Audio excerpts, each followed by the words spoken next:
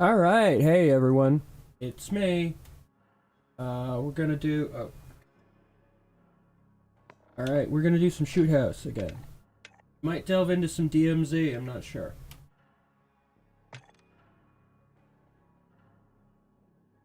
These ones are pretty easy challenges this time. Field upgrades, yeah, that's probably the most difficult one.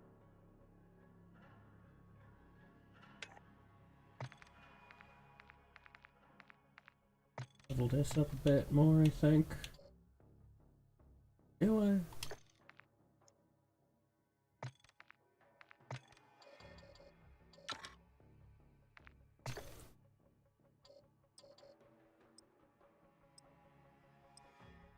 Damn, I'm sore today. Oh, hey! Yeah, Nope was pretty fucking sick, actually. I really enjoyed Nope. I don't know. I don't know what my top films. Why is my chat not showing? That sucks. But yeah, I really liked Nope, and I really liked Top Gun. I liked all the films I saw this year, to be honest. There weren't really that many. Ah, shit. Covered.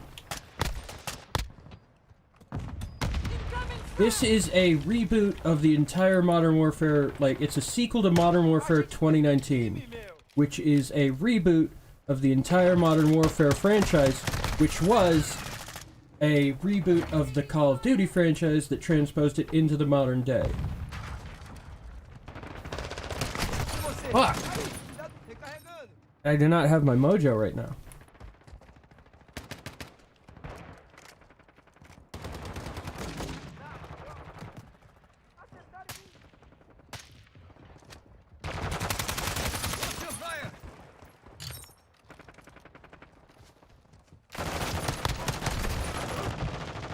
Shit, I keep getting flanked. Pay attention. Yeah, there are like 3 Modern Warfare 2s. It's bizarre. There's the original one in 2009, and there's the remake that was like 2 years ago, which used the Ghost engines from the remake of Call of Duty Modern Warfare 1's remake. That was for Infinite Warfare. It's not the... It's actually the Infinite Warfare... Well, actually, I think Call of Duty's all in the same engine, actually. Crazy. No, just combed. Showered and combed. Trimmed a little. But that's just me with scissors. There we go.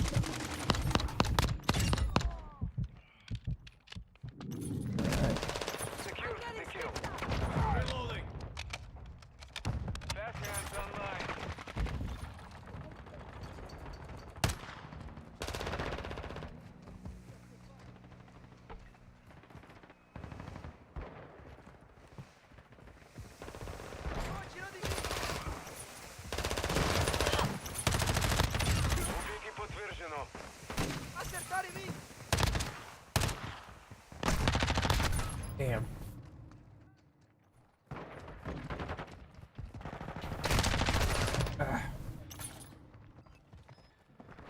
Just ain't opening up quick enough.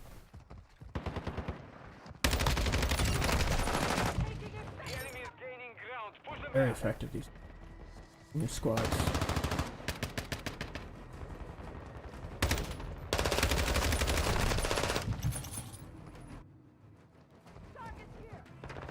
Gotta react faster. Hang on. I'll check the comments during my death. So soon.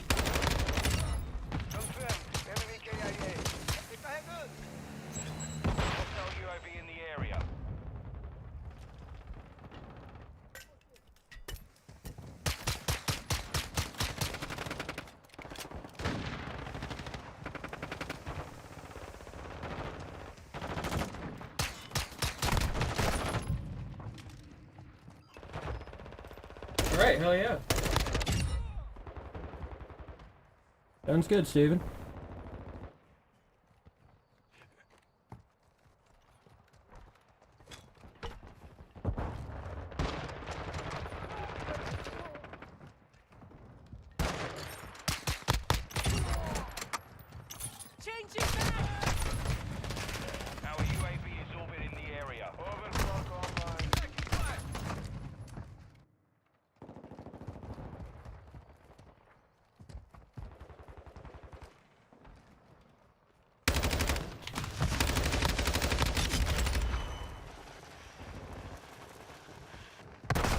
Fuck. I thought I was gonna be sick and just slide and fuck it. Alright, hell yeah. I don't know. I'm trying to even remember what I saw this year in theaters. Because all the movies I saw in theaters were great this year. Oh wow, hang on. Gonna have to fix that.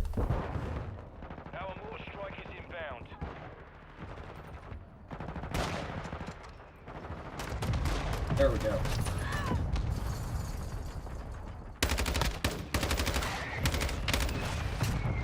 Ah! Let him sneak up on me, that son of a bitch. Alright, let's focus on pistol headshots now. Damn. Quicker trigger finger.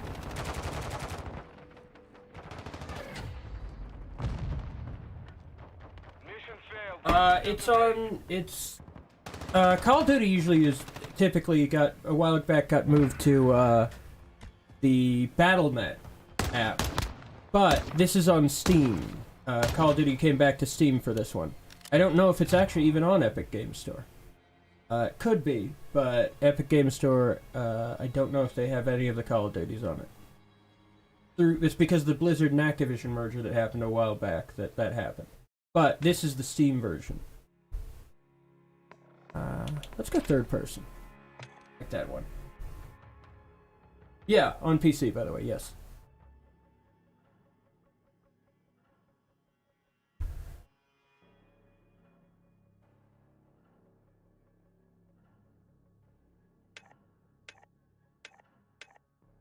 Kind of want to switch out of the Rudy, but I don't know. I literally have met this guy. I feel weird not playing as. I could just do regular Rangers Milsim. One though. Ooh, that's a good one.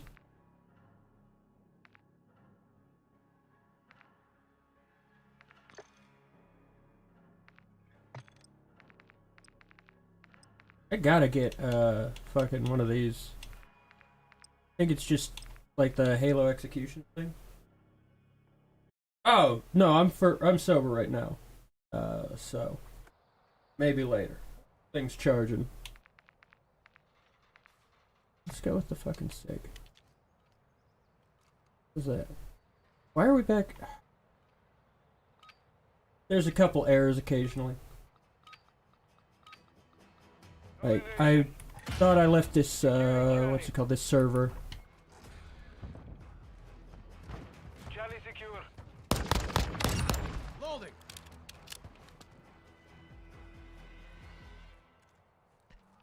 We are taking Bravo. Oh no, that's back. That sucks. The incessant fluttering is back. I thought they'd ironed that out. Enemy is securing Bravo. Frame rate seems a little laggy too right now.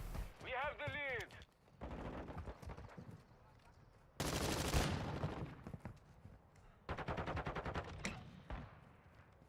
Enemy is taking Bravo.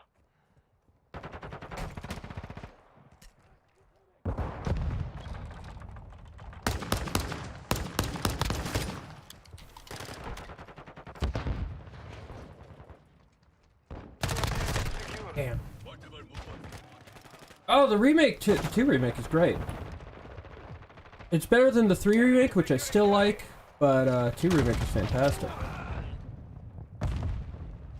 I actually haven't played that with the ray tracing upgrade because all the mods are disabled with that.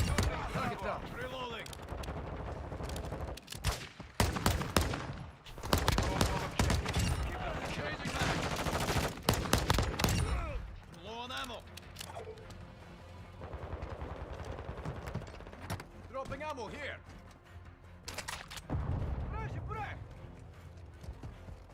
We are losing Alpha. Enemy UAV overhead. I like the objective-based ones when racking up kills. Because you always know where the enemy's gonna be, to some degree. Securing Alpha. Well, Our economy kind of crashed. That's how it got super expensive. Is our economy is garbage. Our dollar means almost nothing now. Resources in the world are getting much more expensive in general as well. It's just that the world's falling apart. It's a symptom of it. Fallout. I mean, I better start liking it because we're gonna be living in it soon. Hey-oh.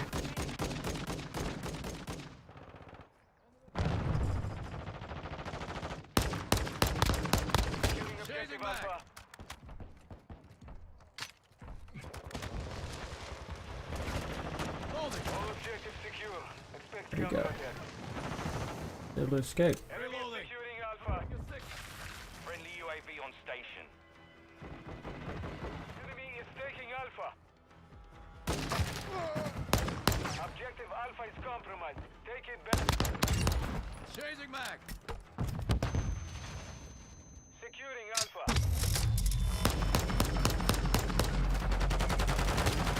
Securing Bravo. We control all objectives. Maintain the perimeter. Losing Bravo.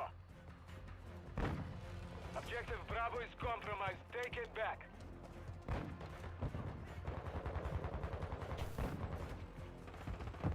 Securing objective Bravo. Loading. We are losing Charlie. Secure Bravo. Yep. Enemy UAV active. Let's go Glock. Much faster troops. Bravo secure. Probably not. Retro gaming's only going to get more expensive, just because the supply and demand type thing. Unless we're talking about using it with emulators, in which case it's entirely free. But physical retro gaming is, to some degree, dead, just because of economic reasons. But, to be fair, emulators are fucking sick, so I don't know why people wouldn't use those. It's great playing GameCube games in fucking 4K. That rules. Metroid Prime looks, my KDR is usually somewhere around 1, like, I think one of the highest I got is, like, as far as a ratio goes, like, almost 2, or 2-1 almost. It was, like, recently 48 to 29. 48 kills, 29 deaths. It's almost a 2. Like, I don't pretend I'm particularly good at Call of Duty ever, so... It's just I'm surrounded sometimes by people who are... I'm just talking about my roommate who's terrible at video games. Who's gone 0 and 100 before against me. Our UAV is orbiting the area. Enemy is taking Charlie. We control all objectives. Maintain the perimeter. Damn. Enemy is securing Alpha. Just I have moments of when I'm good. Yeah, Dolphin. Dolphin's fantastic. Yeah, I'd say Dolphin runs great and makes games look great. Especially if you got a good enough system. I actually haven't tried Dolphin since the GPU upgrade, but I can't imagine... Probably a diminishing returns thing, to be fair. Like, my system was already pretty powerful when I got it. Damn. I led that a little more. Focusing on pistols. We have secured 2 objectives. Got him.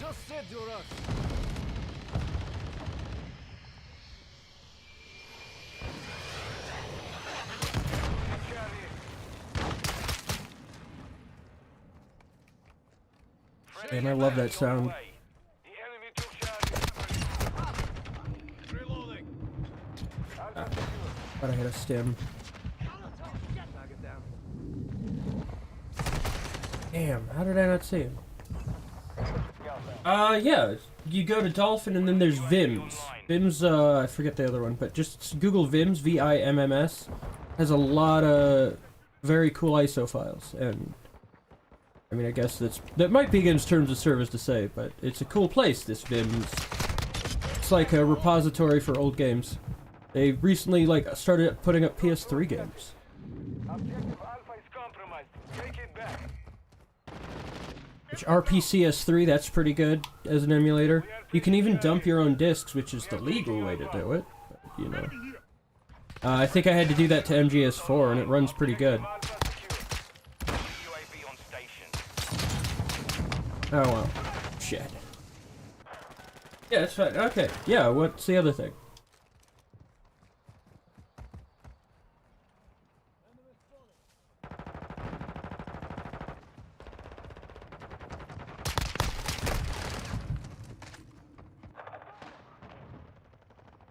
Also, I finished Halo Infinite the other night. That was pretty sick. Good story on that one. Hostile recon deployed. Oh yeah, Sonichu! God damn, I miss doing the Revolution parody. That shit was... I'm so proud of my writing in that one. We are losing Alpha. Gotta go get shot. Yeah, Sonichu's... I fucking miss that shit. Stay alive. We are losing Bravo. Personally, I like the VVG audiobooks of Sonichu. Those were fucking great. Especially with her, her annotations. Which I believe the current uploads you can find, those have the annotations. Just hard baked into them. Because those were so funny.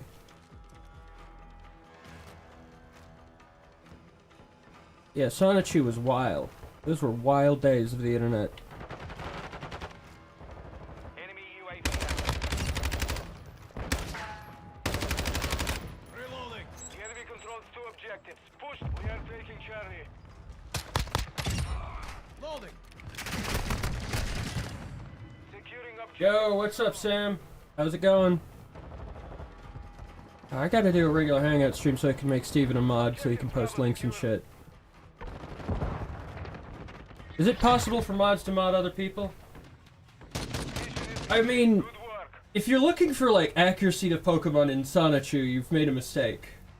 It literally just becomes Chris's god complex. Like, literally an issue in. And it's like, yeah, there's some things that are sort of accurate to Pokemon, but, like, it's the ramblings of a psychotic person. He's a dum-dum. Like, that's one of my favorite things in Sonichu, is how weird and bizarrely just... not bizarrely, insanely narcissistic it was. That was the charm of it. The stuff where it's, like, trying to be Pokemon is like, oh, this is lame. But the part where it's like, yeah, the Mary Lee Walsh shit, that's so funny. I had in my, my Revolution parody where it's Sonichu finally discovers, oh, I'm just the tool of this dude, who's a fascist, basically. No, you're not a moderator yet, Steven, but I can't do it right now because it's a little too involved to do it while I'm doing Call of Duty, but next Hangout stream will make you a moderator, and you don't get paid. It's literally just so you can post links if you want. I don't expect anyone to do any moderating duty. In fact, if you do, I'll demod you. If you're starting to hide comments, you get demodded. This is a free speech zone. Yeah, Sonichu, those days were wild, man. But as far as the Dean thing goes, as I was saying, I had her as, like, a bigger character than even, like, she's... Sonichu basically turns against Chris because his family gets killed by Sandy, and Chris just starts freaking out, and he removes the powers from everyone except Magichan. And Magichan serves as basically his Hermann Goring. And he's... It's just a wild tale. I've heard it, like, is the idea I have is, like, sort of similar to The Boys. I always thought of it as more of a Watchmen type, because I haven't read The Boys, but I've started watching the show. Pretty good. Yeah, it's called Sonichu the Revolution. We got 2 issues in, and then Chris fucked his mom, and we couldn't really do it after that, unfortunately. It sucks, because I had, like, 11 issues written. 11 and a half, and then there were 13 issues planned. I had the ending was going to be Magichan betrays Chris and destroys the world of Sonichu, basically sending Chris to focus on his own life. And it was going to be like a give this up because it's immensely toxic to you kind of thing.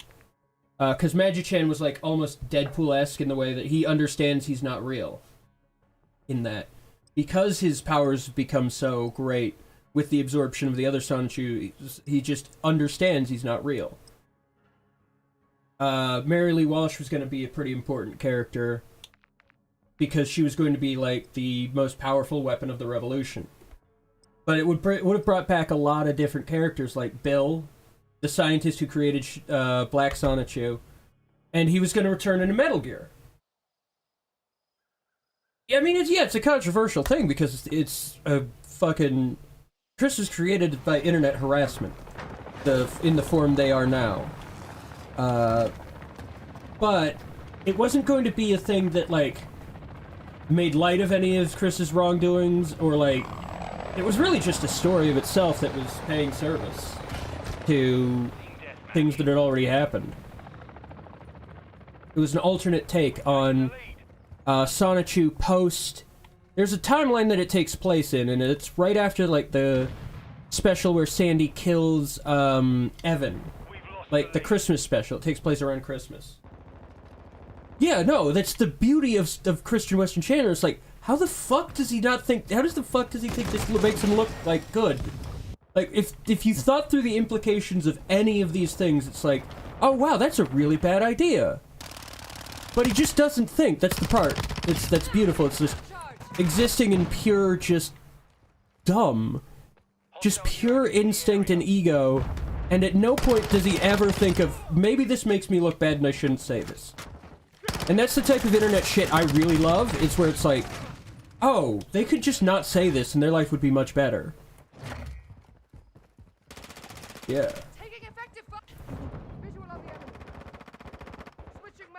Sam, in your trading, have you gotten into any, like, MW2 stuff?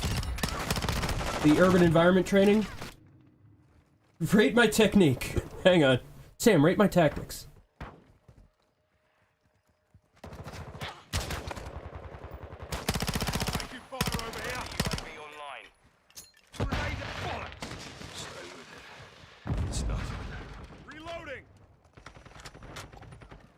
Oh yeah, no, I know. That's why I'm so fucking... That is why I'm so fascinated with, like, people like June, where it's like, you really could just not say this, and it'd be much better for you. Like, the thing where June was talking about the fucking waitress, he was so eager to bring up the fact that he met her when she was 17, and that only makes him look bad. Regardless of if it's bad or not, it's like, there's no upside to saying this thing, only a downside. And I think that's hysterical, where it's like... Just have a little self-awareness, and your time on the internet is much better. Yeah, urban environment training, like buildings and shit. Rate my technique is what I'm saying.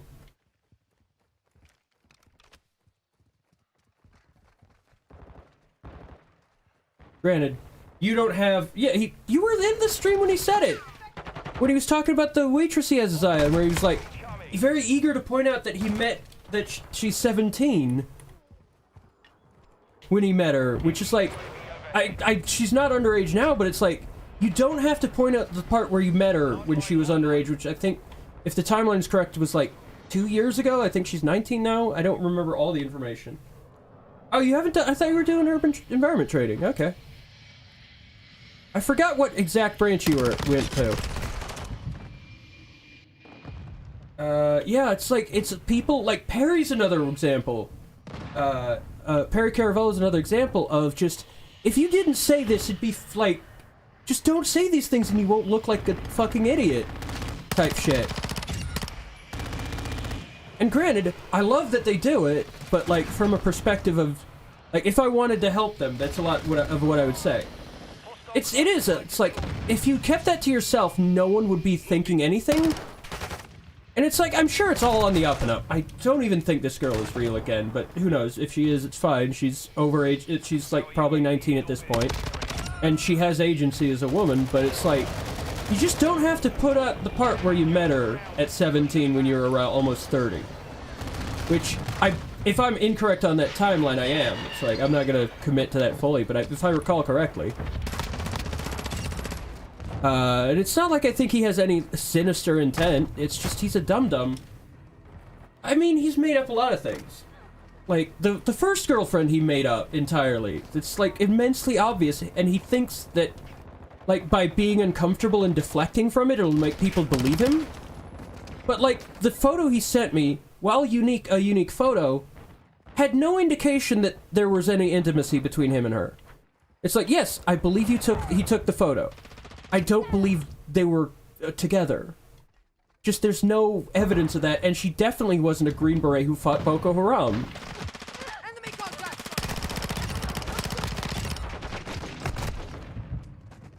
Yeah, I mean, it's just like, it's silliness. That's the funny part of it, it's so fucking silly. There's no reason to do a lot of these things, and yet he says these things out loud anyway, without regards of how it makes him sound. And that's why I like following his stuff. Like, the way I encountered June was back in his days when he was quote-unquote serious about running Disney, despite not having any of the qualifications to run any business. He'd failed. I'd even given him the thought that he'd passed his single business class in community college. But recently, it's like, he hadn't even completed it. And it's like, how do you think you have the qualification for this? It's ridiculous.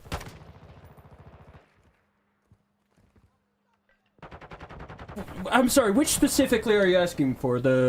Yes, he claimed that his girlfriend was, he was like afraid of doxing her because she'd fought Boko Haram, and because she was a Green Beret who fought Boko Haram, and they would be after her, so he had to be very careful about it. And it's like, it's just not true. You can tell just by the way June lives that there's not a military woman who's going to like put up with the way he organizes his bathroom in his family house. It's just, I don't believe him there. And it's like, it's fine if it's true. It doesn't affect me if it's true. I just don't believe him, and it's funny to think of it as just this grand lie that he's trying to sell to people. That's what's charming about that shit. Is that it's like, does he believe that we're gonna believe this shit? Friendly UAV on station. Like, the state of his bathroom in The Holiday Intruder was disgusting. And then it falls apart in other ways because it's like, it's not set decoration because it's supposed to be like the Ramsey household. And it's just like, it's fascinating. June is a fascinating individual for reasons he doesn't understand and can't really control. And that's why it's fascinating. Mission failed. Like, and the picture of the girl he sent is not a girl that I would imagine would be a Green Beret. Just too soft. Like, too feminine to, like, I don't know. Like, Green Berets have certain physical standards that I do not believe this woman would meet. I'm not even sure there are female Green Berets currently. I have to look that up. Yeah, there isn't anything wrong to being single. It's like, that's why I'm open about that shit, where it's like, it's information I control. So, if I were to be upset about that, I could just not say it. And it could just be apparent. But I'm just like, yeah, I'm open. I don't have a girlfriend. I've never had one. It's fine to make fun of me because I've given you this information. Therefore, it can't hurt me. Because I know if it would hurt me, if that really hurt me that much, I wouldn't talk about it. I would just be avoidant of it. The way June is about the girlfriend thing. But, it's just, it's like, yeah, it's fine. No one cares. No one cared if he had a girlfriend. It's just his story was so ridiculous that it made it very funny to talk about it as not being real, because I don't believe it was. He's getting a little grating though lately with his pretending it's a character, his ego. That's a little funny. It's like, it's so apparent, I think, to everyone. Oh yeah, fucking. I don't even think it's not like he's a nice guy specifically. I don't think he's just not a mean guy. I think that's a level of just, he's neutral. He's pretty neutral. Although he does like try to be shitty occasionally. I remember the part where we got in the debate because he was like, when Biden won, he was like, well, we gotta start burning politicians, which is like, I mean, I sort of agree, but like, not the way you think. June likes to think of himself as like this revolutionary extremist, and he's just, he ain't with that life. It's like, I'm low-key much more of a political extremist than him, just not on any side. I'm not a right-leaning extremist, I'm not a left-leaning extremist. I have philosophies that would be considered either sides, but I'm just, I hate politicians so much, dude. It's it's fucking unreal. How much I hate politicians. Of course, am also not going to commit like any crimes and do a civil war. Yeah, it's also not something I give a shit but about that he lives with his family. I lived with my family probably a little longer than I should have, like as far as the norm goes, but I'm living on my own right now, and so I'm not making fun of him for living with his family. I'm making fun of him, like, for the fact that his bathroom's a mess. And he didn't put any effort to clean his bathroom to make it look like a millionaire's bathroom. I mean, no, June claims to be libertarian, which is closer to what I lean towards. But even then, the Libertarian Party is so fucking weak and just compromised, it's fucking awful. But, like, he can't really name any libertarian thinkers. He likes the Whig Party. And it's just like... He has no actual principles or values that weren't given to him from, like, someone from the 50s. I'd say he's a light racist with his dismissal of, like, foreign films as a whole, just because he doesn't like to read his films, quote-unquote. He just has very little consistency about any of his stated beliefs, which makes me believe that he doesn't have any. He's just a dumb guy, but who fancies himself a genius, and then plays it off as if it's a character, but it's not, and it's pretty obvious that at this point that it's just not a character, that's just when he feels uncomfortable about being called out about his blatant inconsistencies, he just says it's a character, and he feels good about that. And that's why it's funny. It's a con man who is so immensely inept at being a con man. That's what he says. He doesn't like to read his movie. He doesn't give, like, a reason why, because it makes him look stupid to give a reason why. It's like he obsesses about copyright things, but then he'll play just a sequence from Wicked on a memorial live stream and then he'll be like, "Oh, we'll pay Warner Brothers." Yeah, did you? No, you didn't. He didn't even make an effort to make it transformative, because he was doing the thing where he's paying respect to the dead guy.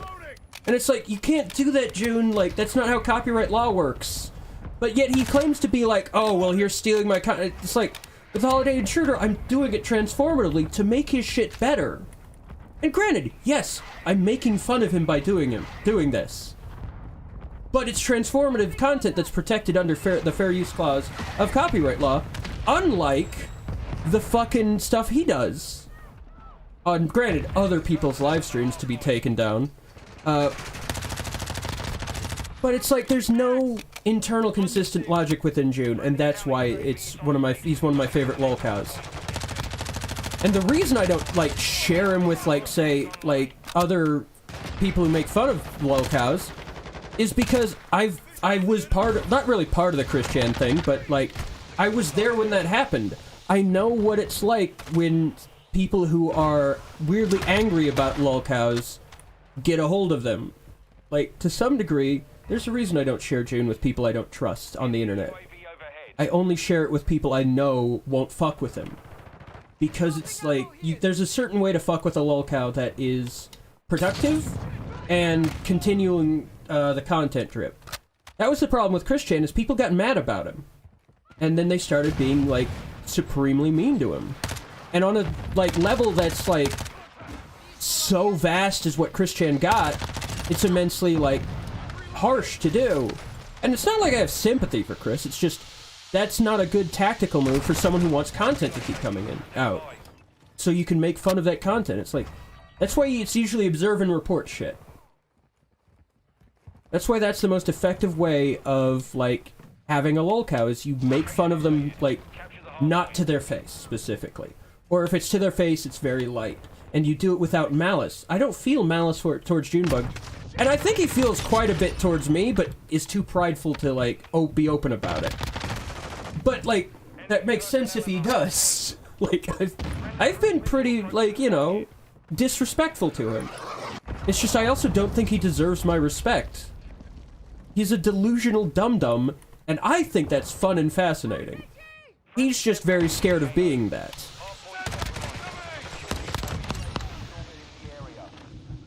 It's like, there's little ticks. Oh, Stuttering John White? Oh, that sucks. I just got into him. That fucking sucks. The Stuttering John shit, I was just getting into that, and that's so fucking funny. It is, Jude's a Stuttering John type. Why does he do it? Because he wants to feel important. Target area updated. Move to the Like, this is why he does these things. Yeah, it's like, I'm also not dissing him. I'm poking fun. I'm having fun with these things. It's great. And it's like, if he wants to throw stuff back at me, that's fine. It's just, I'm also going to be like... I'm also just gonna have more ammo for him. Why doesn't he... Again, I think the big deal with June is his pride. And it's not like a thing that needs to be talked out. I'm always gonna make fun of June. As long as he does cringe things, I'm gonna say, hey, that's fucking cringe, dog. It's because I don't feel any malice towards him. Like, I don't want him to stop specifically, because I find it very funny. God, that fucking sucks. It's like the burning of the Library of Alexandria, that shit. With the Stuttering John. We'll have the Who Are These Podcast stuff forever, though, right? God damn, those takes... One of my favorite takes on Stuttering John was that guy, Alex Stein, who they were watching one with him, and it's this guy that's his friend who helped him get into comedy. Ah, fuck, I'm being bad at games right now. But that guy works with people on the spectrum, and having been in that system, I know the type of people that work with special needs people. So that's definitely a guy who's worked with just babbling dum-dums before. And that's why he was so forgiving with John, was Stein's, like, comment. It's like, oh, this guy works with special needs kids. Of course he gives John the time to babble. It's like, yeah, that makes a lot of sense. It's very funny.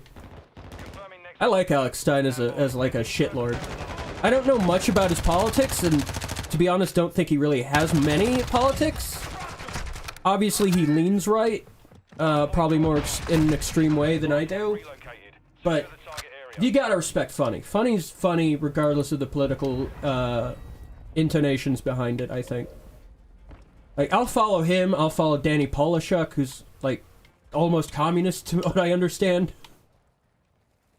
It's like, I will not let political bullshit get in the way of Funny.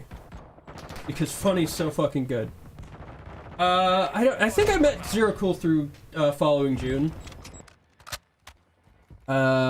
Maybe, I don't know. I don't remember how I get a lot of my internet people that I collect. Or friends, I should say. Although I don't consider internet people really like friends. Y'all are acquaintances.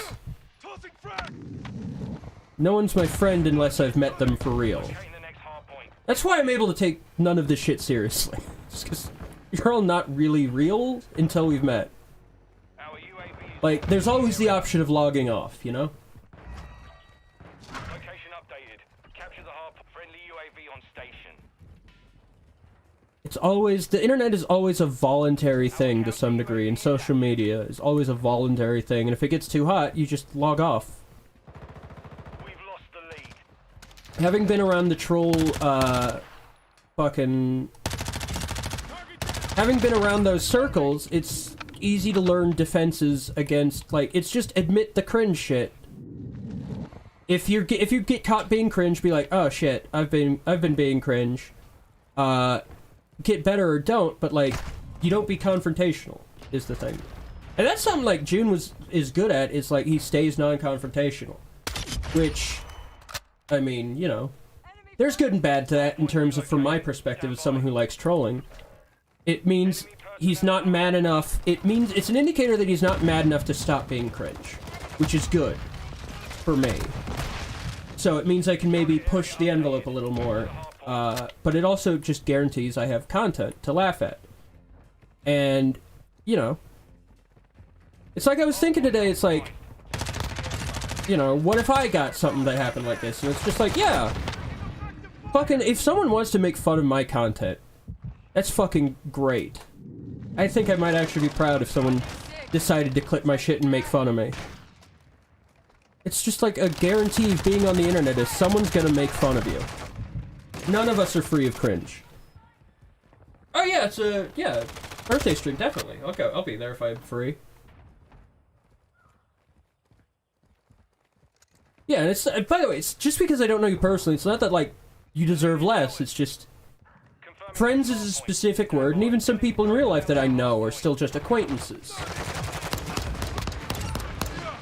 I think it's a spectrum of active to inactive in terms of interest. Or it's like, yeah, I'll know you by name, I'll be kind to you, and it's like... But we're not hanging out. And that's what I think is a ritual that friends need to do, is literally hang out physically. Damn, they did not die from those. I got a lot of hits, no kills there.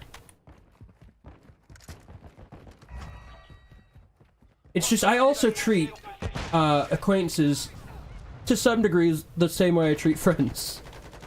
It's just I make a distinction just because it requires a ritual.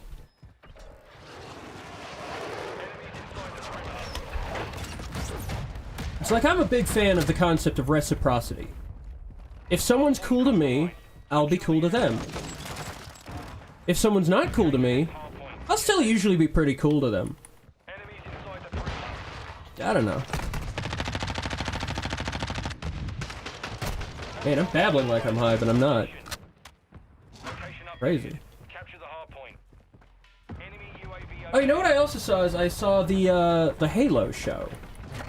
And I don't know if I've talked about that yet, but I actually really enjoyed it. I thought I'd hate it. I thought I'd hate that show. But, yeah, it's busting balls. That's what I do on the internet. I bust balls. There's no malice at all. Except the King Troll Michael Malice. God damn, that guy's funny. Because he's like both a serious political pundit, but also a huge Twitter shitlord. I love Michael Malice. He's great. That's the only Malice welcome in my life, is Michael.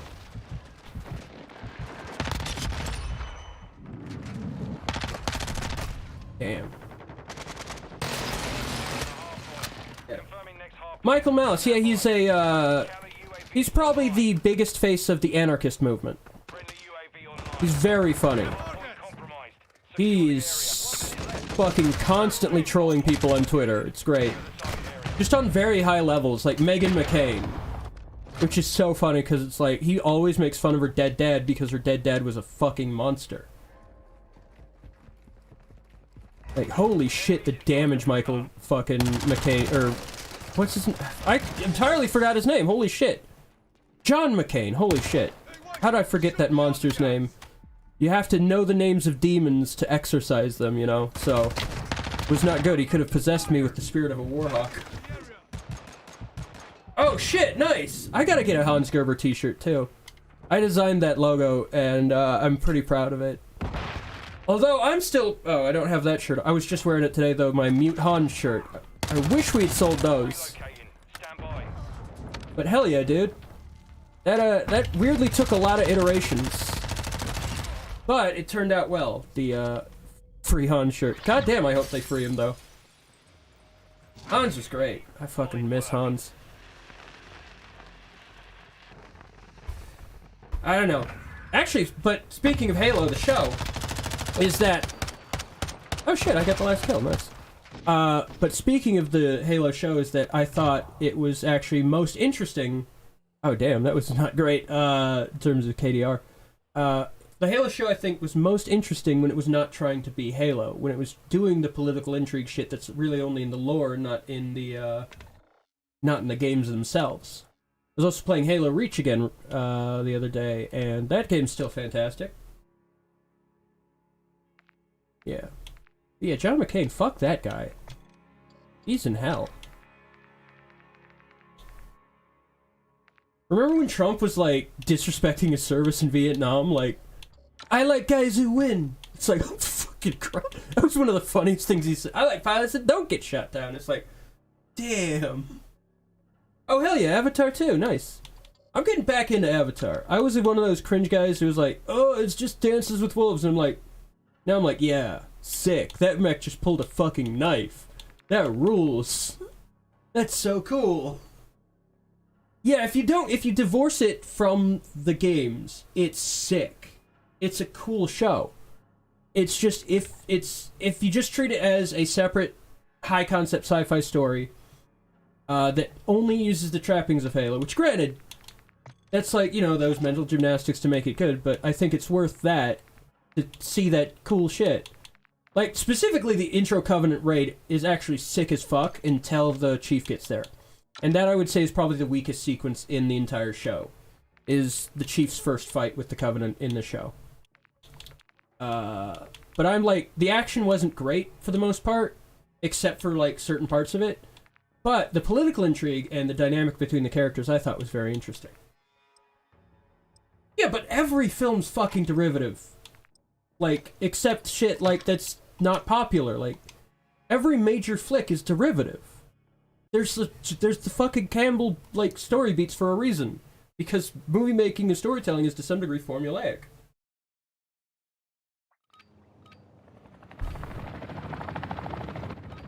Oh, I gotta put some attachments on there. At least an optic.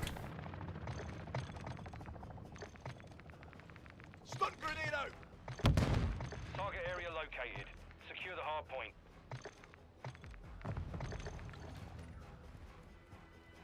Oh, I don't need that, okay. Never mind, I forgot we're in third person.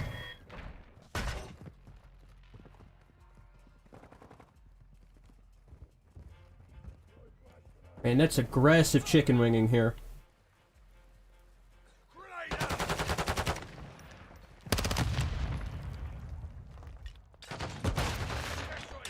Throwing grenade! Throwing Molotov!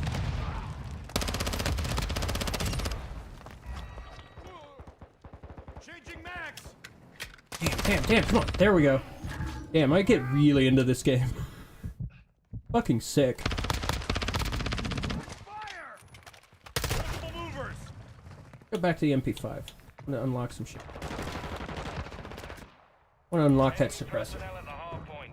Yes, Spec Ops The Line is fantastic. That's one of my favorite games of all time. I've purchased that both on PC and Xbox. I have a physical copy, a digital copy. It's one of my favorite games. It's crazy how, like, different that series was before that game of the series. Like, that was, like, just some, not random, but just some kind of low-tier military-themed shooter series. And then The Line was just supposed to be something else, but had to take that title. And it's just a revelatory experience in storytelling. It's, I'd say, one of the best games. It's the Silent Hill 2 of shooters. But it also has much better gameplay than Silent Hill 2 did. Like, I love Silent Hill, especially 2. But the gameplay is not what we played the Silent Hill games for.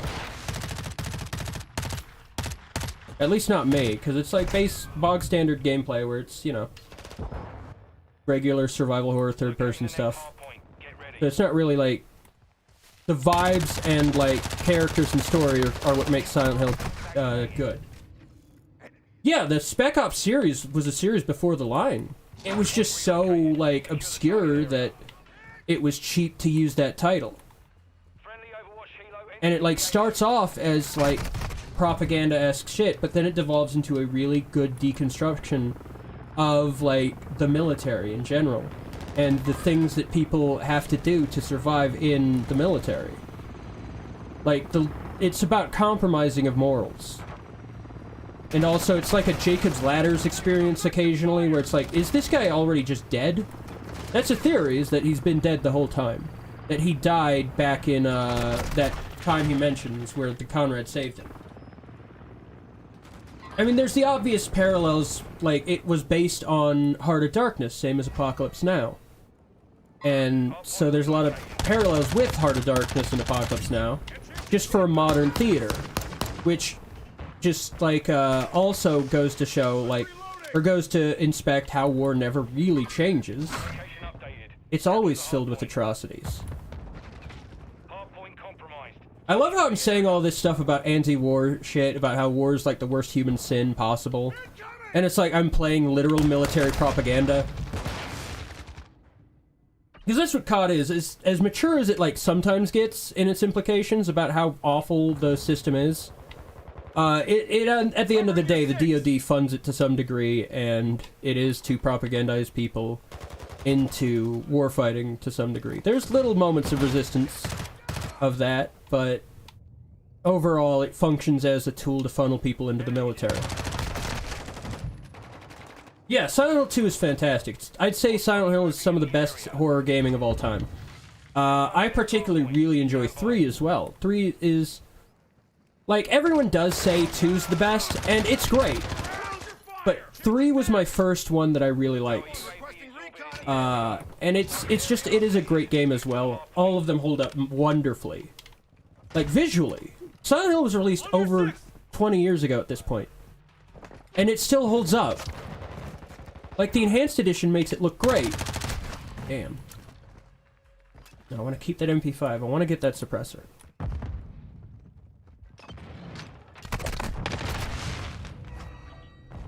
I mean, also, I really loved PT. Yeah, one of my backgrounds is from Silent Hill 4. It's the chained up door. Damn. Damn! Gotta fucking analyze that recoil pattern.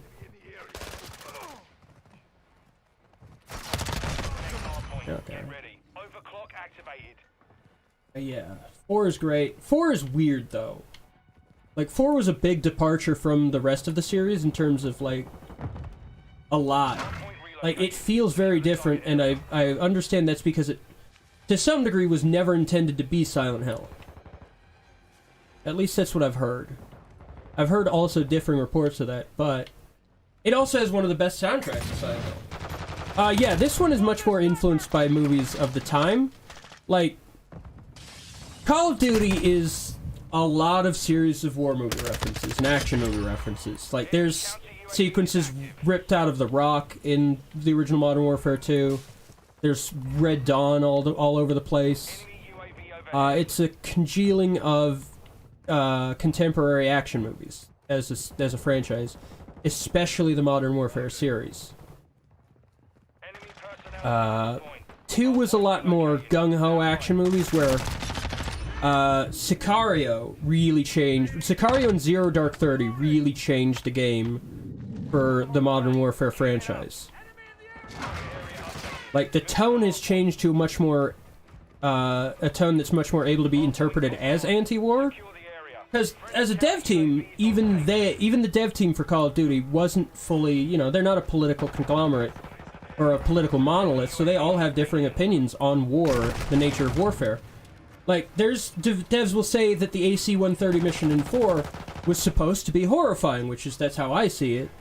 It is terrifying to think that we have things in the air that can just level a house at the touch of a button. That's a horrifying thought. But getting in control of that is sick as hell.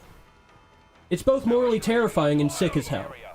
Which, I guess that's the nuance of war video games, you know? It's like, yeah, war is terrible, but goddamn, did you see that no-scope headshot? That was sick. Yeah, Price is good. I also really like the guy who played Price in this series. I really enjoyed, I forgot his name right now, but he was great in 6.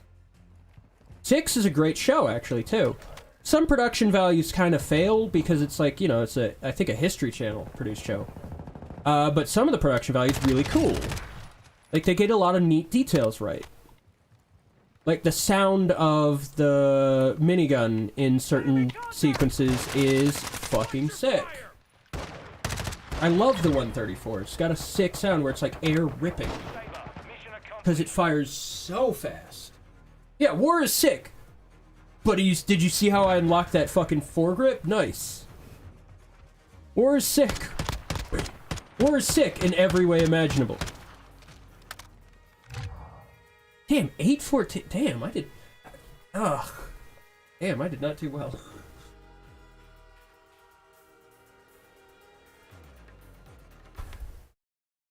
Ah, my back's killing me today.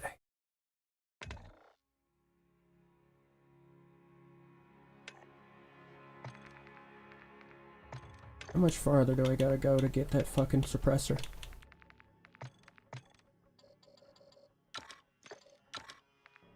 Oh, here we go. We got it. Let's go over it without this. Let's make the Alejandro setup. No, he had a, what did he have? The closest thing to what Alejandro had in the... Alright, what What do I need to unlock? I need to unlock this, the SR Pro 7. So the M16, I gotta level that up.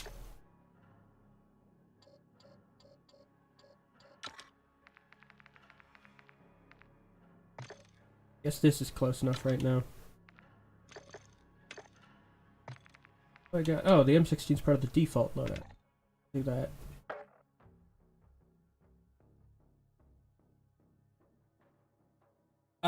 I don't remember if the suppress. I mean, I think they did a. No, yeah, it's not the red dots for the for gunfire is on the compass now rather than the mini map, and I think it does. I'm not sure.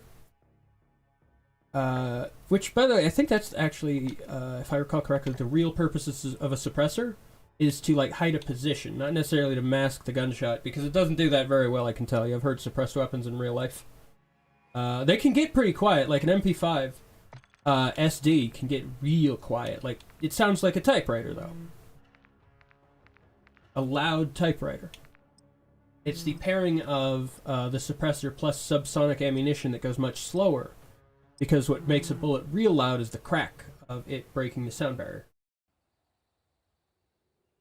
What I've read, anyway. Could be wrong, but that's what I've read.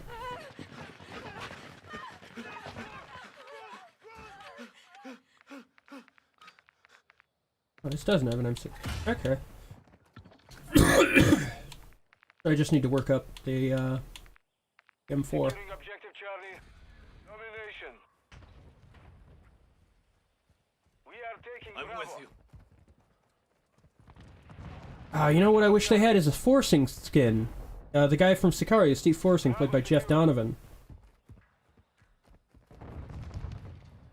I wish they focused on giving us that. Maybe in a season pass. Ah, damn.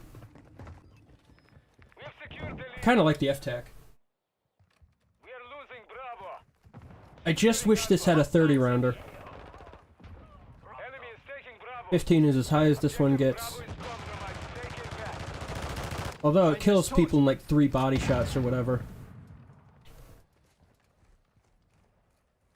And look how pretty this game is. Control Bravo. What's your rush? Damn, that's some heavy recoil. We have the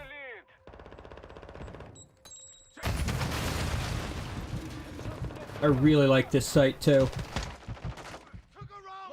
Makes me think that the game might have bullet drop, which I'm not sure if it does. But that'd be very helpful to calculate bullet drop.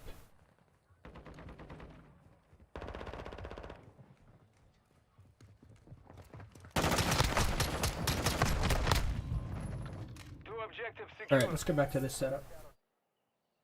I mean, I like corridors, but I also like open. I just kind of like playing games. It's not like I have many preferences, honestly, sometimes. Just, yeah, it's claustrophobic. It's great occasionally, like for sticky grenades, stuff like that. Friendly UAV Open online. environments, there's a lot less cover. But this has a lot of cover I can hide behind. Enemy close. Ah, shit. Should have kept fucking pulling that trigger.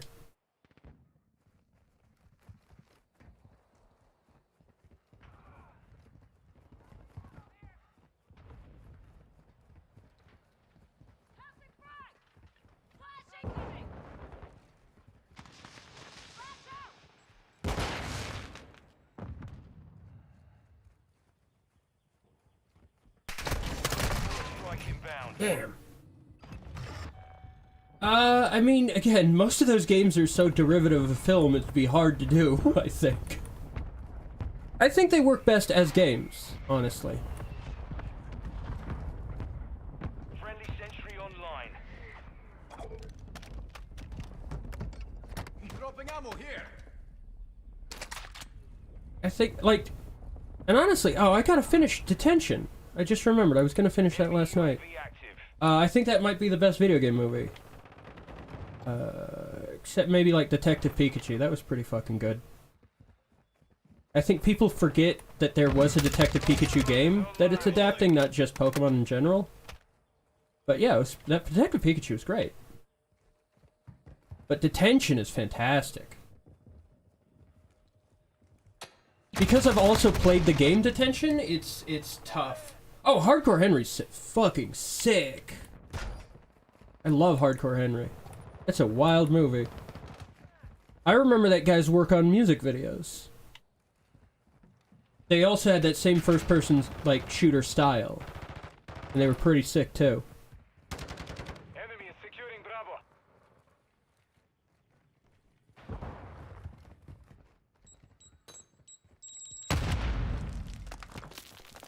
The enemy took Bravo.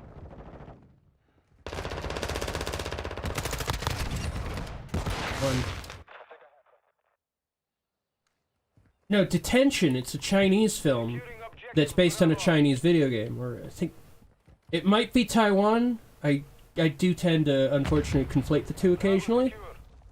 But it's based in the 60s in a military like school, because the political nature of China in the 60s was, you know, was pretty rough.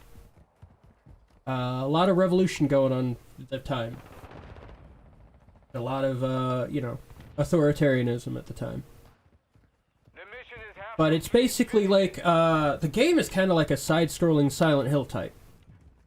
Where the monsters are, like, meaningful psychologically. We control And it's just, it's very reminiscent of Silent Hill, so it gets compared to it a lot. And the movie is wild in how, like, it doesn't feel at all like a video game movie. Like, it doesn't have, it's just such a perfect adaptation that the video game is a very simple, like, game in terms of gameplay, visuals. It's like a visual novel almost, but in terms of gameplay complexity. But it's great. It's fantastic. Yeah, it's Chinese specifically. I'm reloading. Sicario 2 being good, I liked it. I didn't like it as much as Sicario 1, but it has its, like, it has its moments that are cool. It's just, like, there's parts that are much bleaker than the original, but there's also parts where it's like, they're trying to be sentimental, and it's like, I don't think these characters would be that sentimental. It's different. It's different than the first one, and I really loved the first one. But there's sequences in it where it's like very cool, like the Delta raid on the, I think that was Boko Haram camp. That night vision raid is pretty sick. Just in different ways. Yeah, it has point and click elements to it. Detention. So it's a very simple gameplay game, but it is like very good still. It's really spooky. The soundtrack's great. It's a lot of very creepy ambient noise and an oppressive atmosphere. Damn. The film, I wouldn't say the film is actually very slow paced. I'd say the film gets to it pretty quick, actually. It's just certain sequences are like slower in terms of like a lot more walking to, like, it's moody. The sequences are more moody than slow paced, really. The monsters are pretty cool looking, too.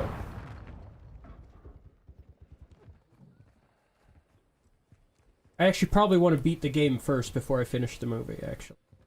Maybe that's what's keeping me waiting.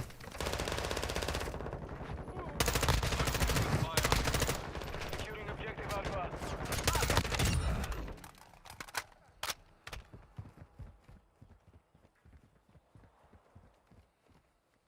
Friendly Overwatch helo inbound. Securing Alpha.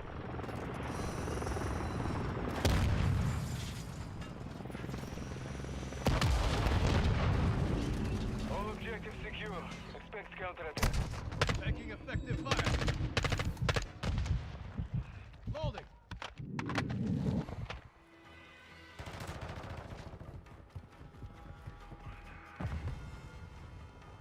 Damn, it's just so cinematic. Oh, you know what we should play is, at some point, let's go to the campaign, and we'll play my favorite mission. Dark Water. I love that mission. After this match, let's do that. Got them on the run. Keep it up. Man, we are trouncing these people.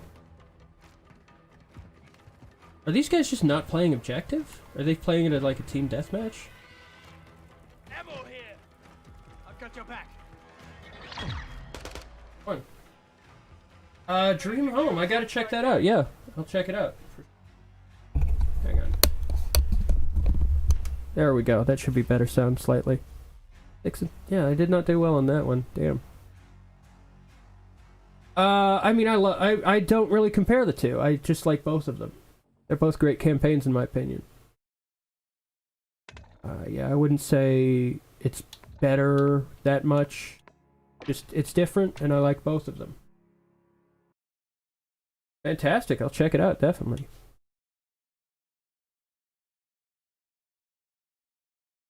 Alright, gotta get some water.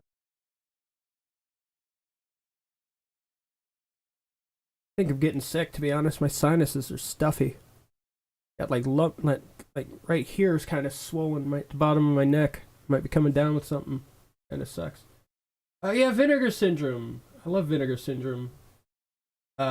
Because they archive great movies like Slaughterhouse. My dad's first movie was a Vinegar Syndrome release, or was. Yeah. I should watch that again. I haven't watched that for a long time. Oh no, did my fucking controller get fucked up? I gotta get a new controller wire probably. What the fuck? Nope. One sec.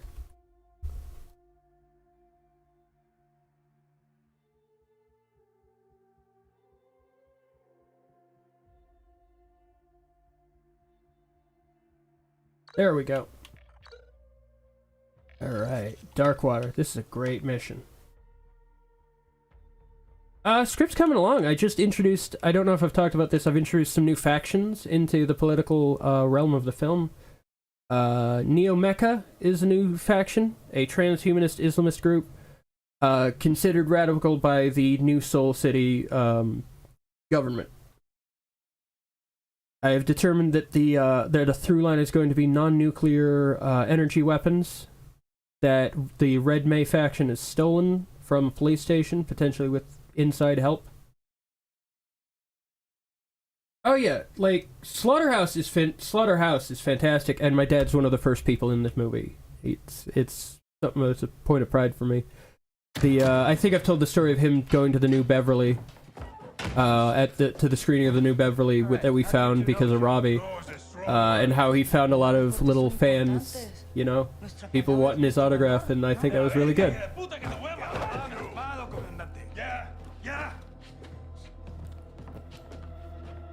I don't take orders anymore. Even the dogs in Las Almas know not to bark at me. She's ex-military. We served together. Different squads. I can fix her. I can fix her from being a mass murderer. Yeah, Slaughterhouse is really good, besides the part that my dad's in it. It's a very fun movie. Yeah, Alejandro's great. He's one of my favorite characters. Exactly what we did. Damn, I can fix her. Because you were his enforcers, huh? He was escorted to the mountains without incident. Also, to prevent bloodshed. He was supposed to go to prison. So you killed him. And you took over. I created a power vacuum, and I filled it. Las Almas needs me. Las Almas needs soldiers, not sicarios. Y usted, you disgrace the army. I love the flow of his ability to flow into different languages. Just this voice actor. He's great. Why are you doing this? You tell me. The acting in this is so fun. No. What you don't do, your competitors will. You're a narco harboring a terrorist. Terrorism is good for business. It's insurance. That's actually one of my favorite lines in the Sicario franchise, like how, like, the drug war is actually just good for drugs and war, like, drives the price of cocaine up. I think that's the specific thing. There is a war on terror. There will be no real war on drugs. To find your so-called terrorists and your missiles, you need me. To prevent bloodshed. No, I'm not doing this. Doesn't change anything. It changes everything! Fuck! Don't Don't make a deal with her. Won't end well.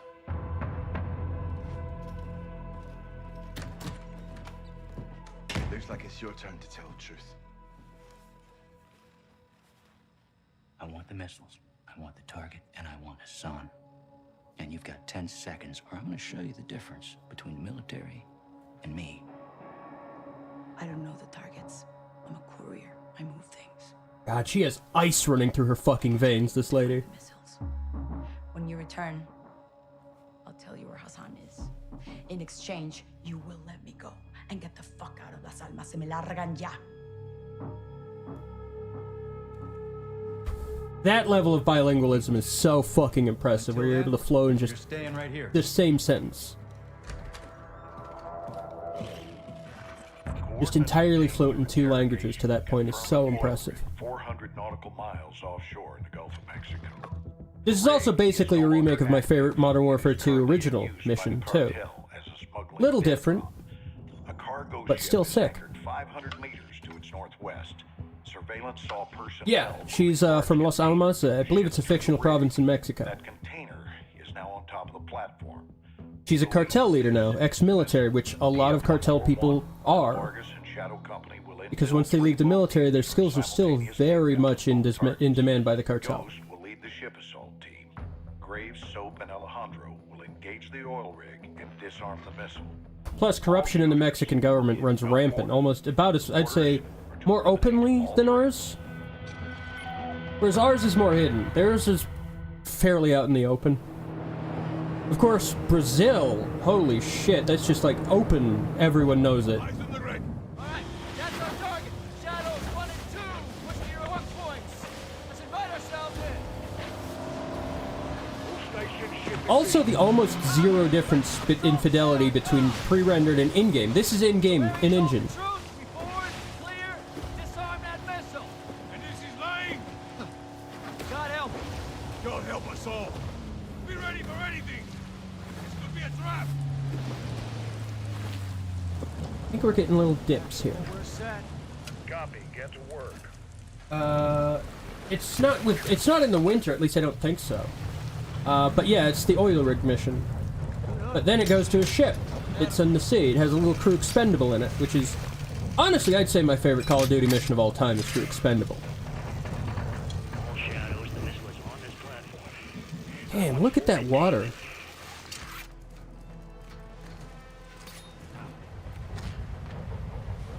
You've got 3 human turtle. Making entry. Soap, cut right clear through it.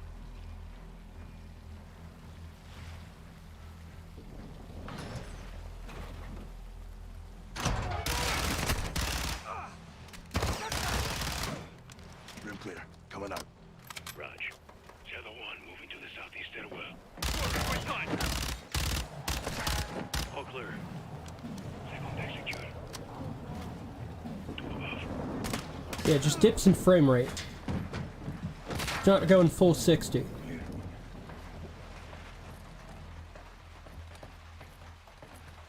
I forget how upscaled this is in terms of rendering. It's displaying 1080, but I think it's rendering internally at like not 1440. But let's check. What am I rendering at?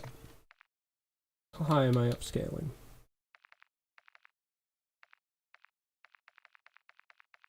Oh, am I not even doing that? What the fuck?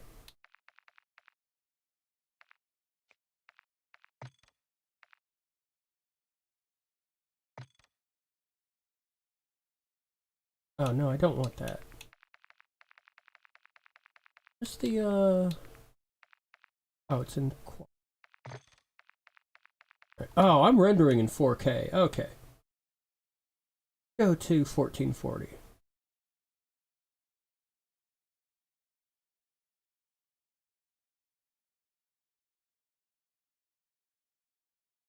$150.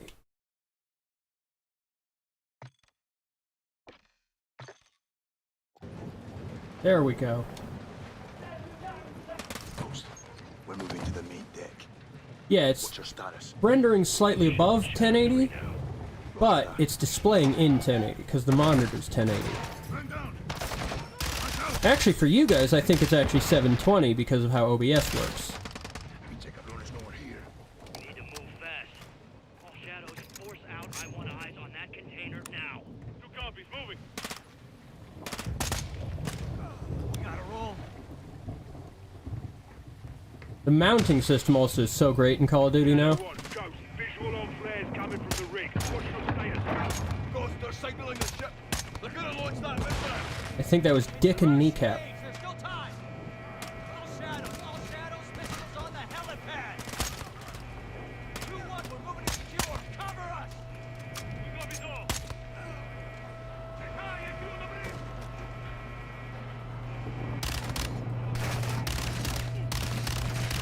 Listen up.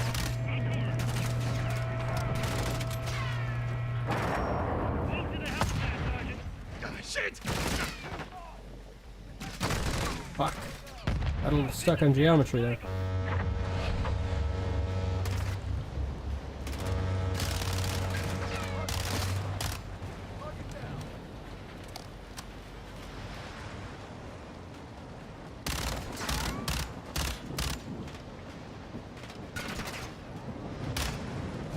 Clear. Get topside. Move. Actual, this is Shadow 1. Rig is secure. Yeah, Kamen Rider, I've heard it's great. From what I've seen of it, it's very fun.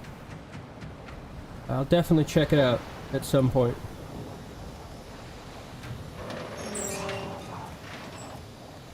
Where are the controls? On that damn ship. Actual, we got a problem. Missile is armed. Controls are somewhere on the ship. No, silencers are not this quiet. Stop that launch. That's why they actually aren't usually referred to as silencers, more they're called suppressors. Keep you covered, Edmund. I mean, they get... As I said, the SD3, the MP5 SD, typically that system runs about as loud as a particularly loud typewriter. Let's move out. Ghost, this is 01, back in the water. Inbound. That's why a lot of suppressed weapons use slide locks in terms of semi-automatic pistols, like the Mark 22 in Metal Gear Solid. I believe that was a real system, the Hush Puppy system. It just wasn't a trank gun, but it was called the Hush Puppy in Vietnam because we used it to shoot dogs. That was the purpose, just to shoot guard dogs. The suppressor as a concept has been around since like early 1900s, I believe. Developed by Hiram Maxim, the son of the guy who made the first machine gun, the Maxim machine gun. On the bridge. We have to stop the launch. Alejandro, maintain overwatch from the rig. Okay, let's move out. Yeah, gotta be careful of these things. Containers are the only cover we have.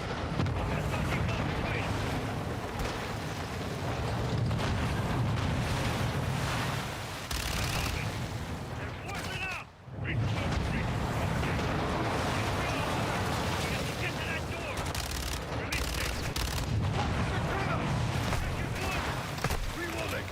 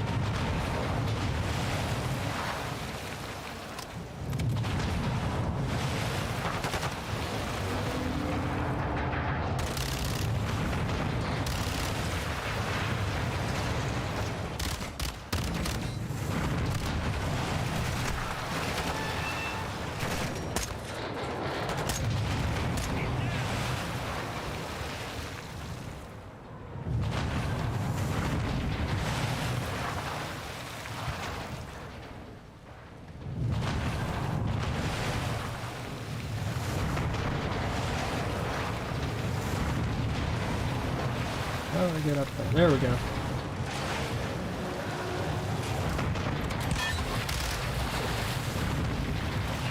There's even small elements of like, what's it called? That crew, Mile High Club. There's sort of elements of that, like that thing breaking, the window breaking was more of Mile High Club than any other mission.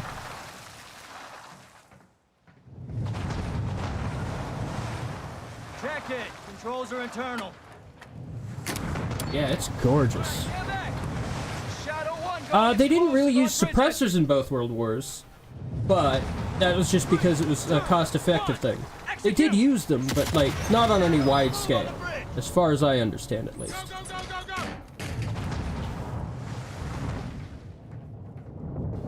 Take the hallway. I'll cover. It's just it wasn't really like there wasn't much reason to use most of them, except in specifically covert missions. But they were things that were available. They were primarily made for hunting. Suppressors weren't developed for the military. They were developed for, like, hunters, sold in catalogs.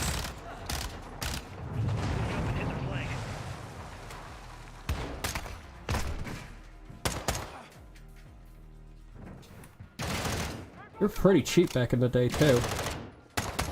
Clear.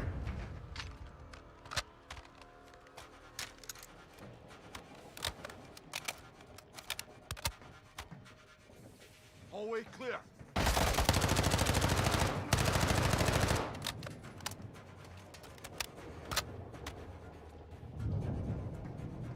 Grenade! Oh, shit.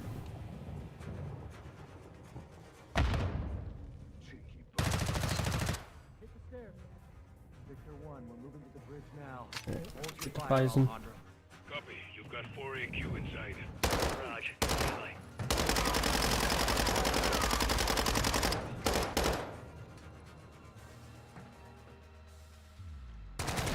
All clear. Got him. Look at that lighting. Gorgeous. Tapping in. Yeah, it's just because you didn't... It's really... The biggest thing a suppressor provides is hearing protection. Specifically for inside missions. Narrow corridors. Yeah, well, the It window's closed on that, boys. isn't really for covert nature stuff for the most part. It's just a hearing protection device. That's how it was marketed originally, too. We can't disarm, then we detonate.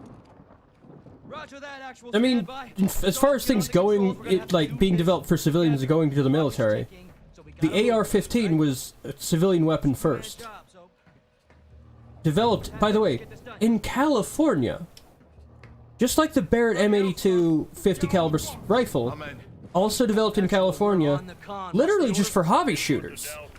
There was an excess, there was like a lot of surplus 50 cal ammo in the time following Vietnam and World War II, but Ronnie Barrett just wanted something to shoot 50 cal ammo out of. Yeah, in LA. I forget specific, I think Alhambra. It was the AR-15. Oh, we gotta stop this missile. Diagnostic mode, so I can bypass the login. Hang on, I gotta stop this missile. Hit the clear and mode keys at the same time. Done. Wait, what's happening? A little techno wizardry. Okay. Now I need the last digit on row 2, column 1. It's C, Charlie. Perfecto. It's headed for New Orleans. Not anymore. Target updated. Hit execute. Let's enjoy our handiwork, Sergeant. Here we go. All stations, prepare for the boom. Saw it away. Yeah, the M82, the Cobra assault cannon, as you know it from RoboCop, was developed for civilian use originally for plinking. Just shooting 50 cal ammo and having fun. And then the military got a hold of it and it's like, it was really just a bet. Ronnie Barrett was betting a buddy that he could sell it to the military, and he did. You safe? We're good here, hermano. Gold Eagle actual Shadow 1. Good hit.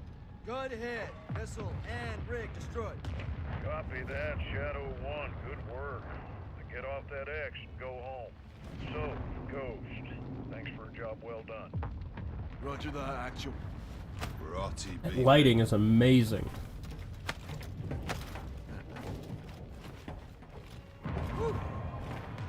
I mean, I don't think the development was based on a bet, but the military contract was. Just he was at a bar, and his friend was like, I bet you can't sell this rifle to the military. He's like, fuck you, I absolutely can. And he was absolutely right. You know, actually, for a long time, the longest sniper shot ever made, the longest confirmed kill, I believe it's Carlos Hathcock, was not made on any sort of sniper weapon system. Not a base. It was made with a 50 cal M2 heavy machine gun. Which, by the way, that was developed, like, right around World War I. Like, just after, I think. We've been using that shit for 100 years. Now that makes me wonder what else I don't know about your affiliation with the drug. I think the only upgrade the M2's ever gotten is, like, a heavier barrel and, like, certain performance things. But the inherent design dates back 100 fucking years. You threatening us? Soldier, I don't make threats. Oh, this is a good level. So let's not do this. Notice the color of his name, too. I'm calling Shepard. General Shepard sends his regards. Oh shit, it's red because he's bad guy now. Wouldn't take this well. He knows about this. He's put me in command of this operation from here on out. So y'all need to stand down. It's time to let the pros finish this. Why the hell are we talking like this is some kind of negotiation? It's not. I've got my orders. And now you have yours. And who the fuck do you think you are, cabron? My men are inside! I'm afraid not. Your men have been... Yeah, the Modus. We still use it today. detained. It's because it's perfect. It is without flaw. The 1911 we still use, that was made for, I believe, the guys in the Philippine War, which was, 1911. We still use it. Spec Ops guys use it a lot, I think, if they're not using, like, Glocks or SIGs. A lot of guys just have old ways about them. Like, Delta... Hang on, let's switch to actually Halo Infinite. But Delta guys used to train on, specifically, mostly the 1911 platform, because that was... We had a lot of those. Do I want to do this mission, though? I like this mission.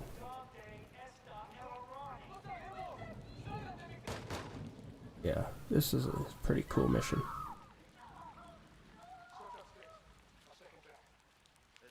Oh yeah, Phil Graves is great. I love him. I wonder if that's supposed to be his real name within Call of Duty.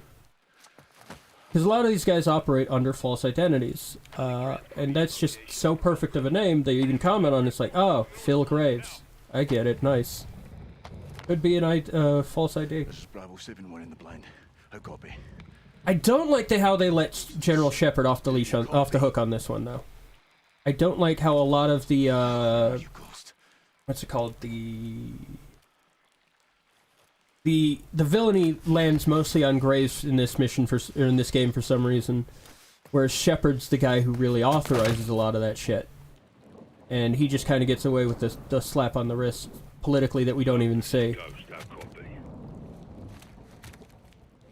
But the funny thing about the guy who plays Shepard in this one is he's the guy who played Overlord in the original Modern Warfare 2.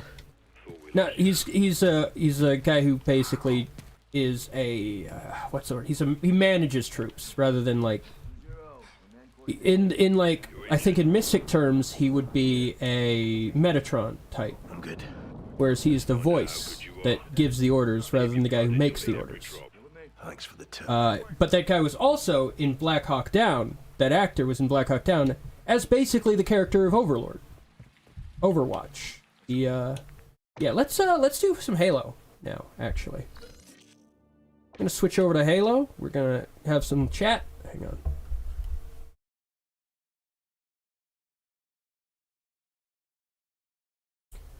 on. Where we go? Halo.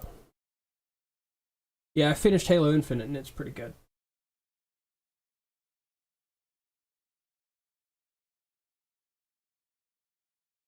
Gotta load it.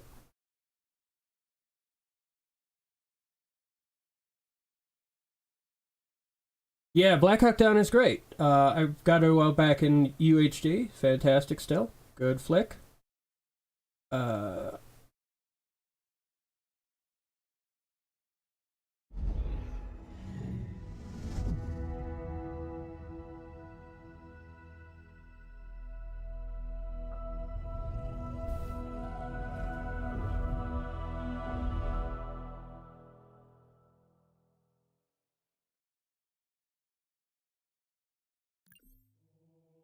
Alright, we're gonna have to do it where, oh yeah, I want to get, like, Prometheus on disc in 4K. Let me change the...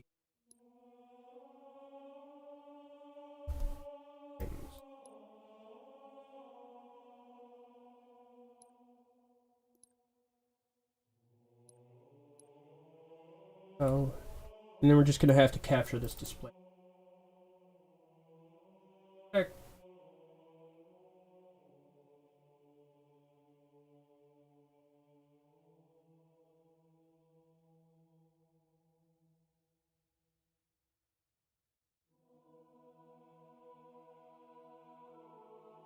There we go. Heck, let me move it under my...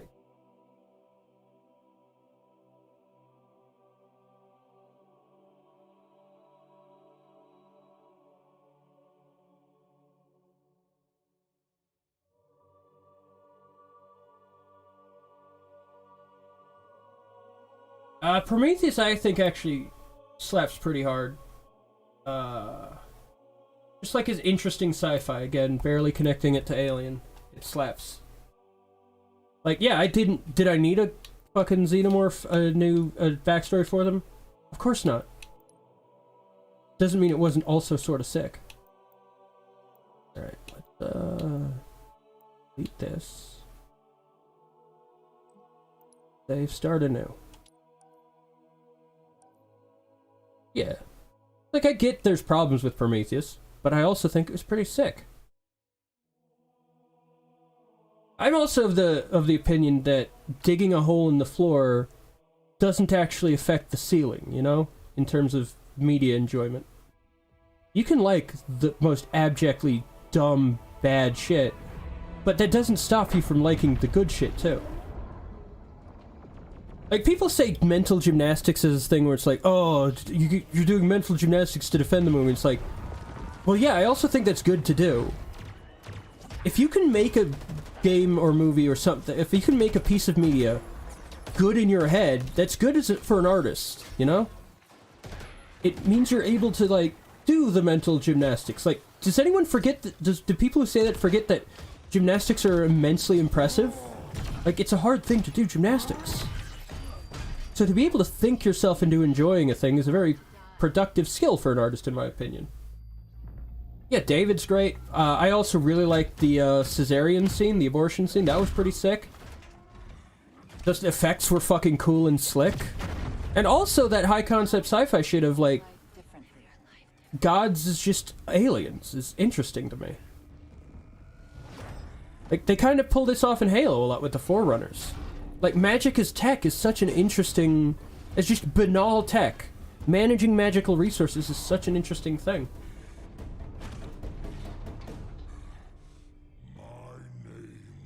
This game gets really cool around the end, too. Just very interesting, almost like... certain psychological horror levels of creep stuff. Where it's like... just the ghostly voice of Cortana reading, like, weird poetry and saying, like, vague, mystic things. I think that's very interesting. Yeah. Oh, yeah. Well, it features all the Covenant races, and a couple more, I think. And just, I've been really interested in, like, the politics of the Covenant lately, too.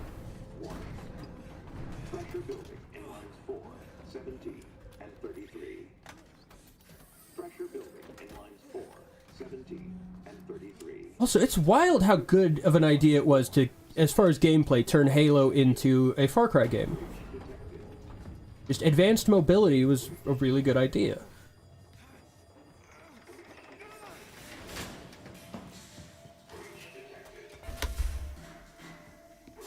Reach is still the best Halo in my opinion, though. Crazy how good these games look.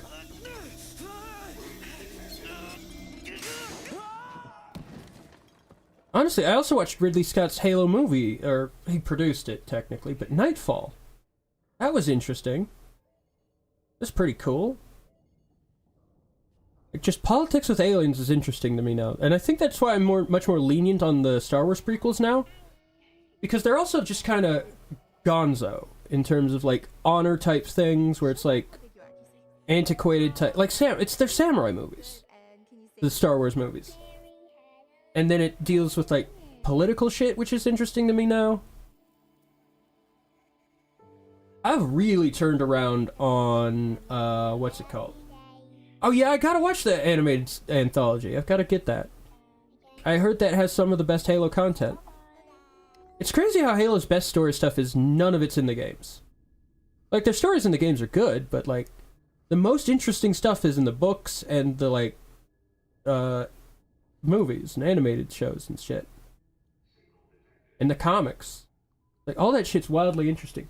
I gotta look at the history book, the visual guide. Again, I recently found that again. I lost that for a while. I fucking love Halo, though. I got back into Mass Effect last night, too. I downloaded the Legendary Collection, and Mass Effect 1 was pretty sick. I remember being kind of lukewarm on that game. But it's pretty cool. Playing it with, like, the knowledge I have now of, like, Special Forces tactics style shit makes it much more entertaining for me. What sounds bad specifically? The alien, like, thing? I just love... Well, a lot of it... Yeah, Mass Effect is great. Now, I was lukewarm on it before, but now I think it's pretty good. The combat... I'd never played 2, really, so Mass Effect's Legendary Edition, like, transplants the combat system and controls from 2 into 1, and it plays much better. I'd say Garrus is coolest. I like Garrus a lot, because I like that design of the alien. The Turian aliens are cool. Also, you know what's cool is the sci-fi trope of a planet called Arcturus. It's featured in Aliens, it's featured in a lot of things. Usually, I think it's actually traditionally like a pleasure planet, actually. In most of the media it's featured in.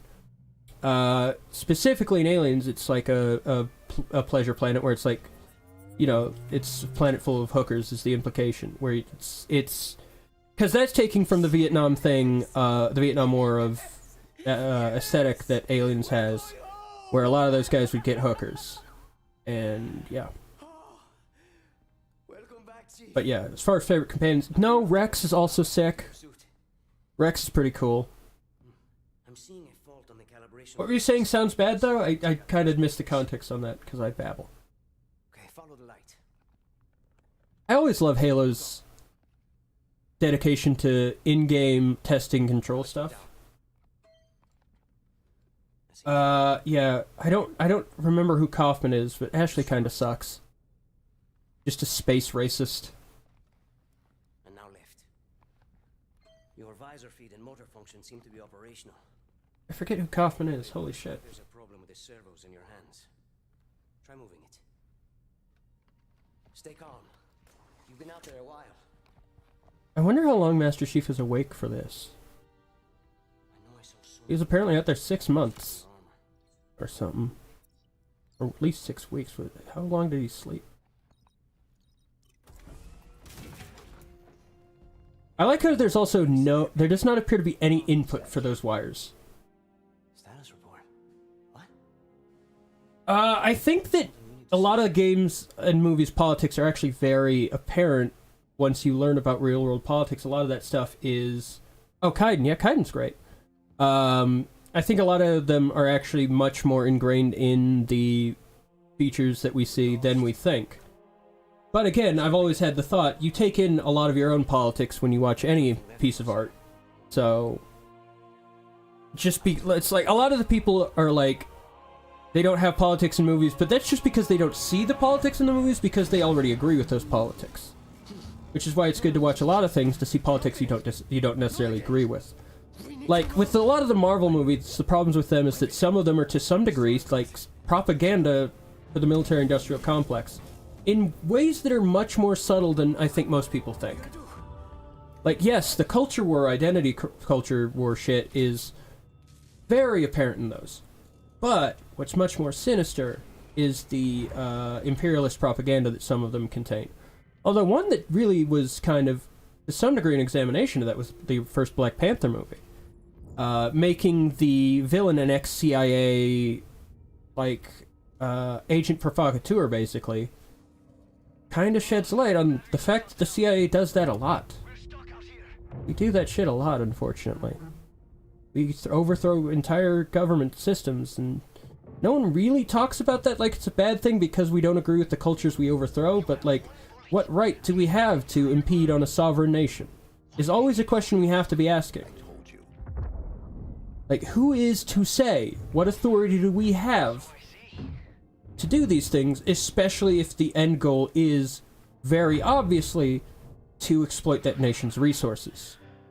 Like, a lot of the play in the Middle East is about exploiting natural resources in Africa and South and, like, Asia, though that part of the world has a lot of stuff like rare earth minerals that we need to continue our way of life, but we don't want to pay the people, like, to fucking mine for these things. Hence why a lot of child labor is used in those countries for our sake. Like, the conditions at Foxconn, the people that make a shit ton of our electronics is, disgusting. It's deplorable what happens at Foxconn. But we do need it. Like, every culture exists to some degree through exploitation.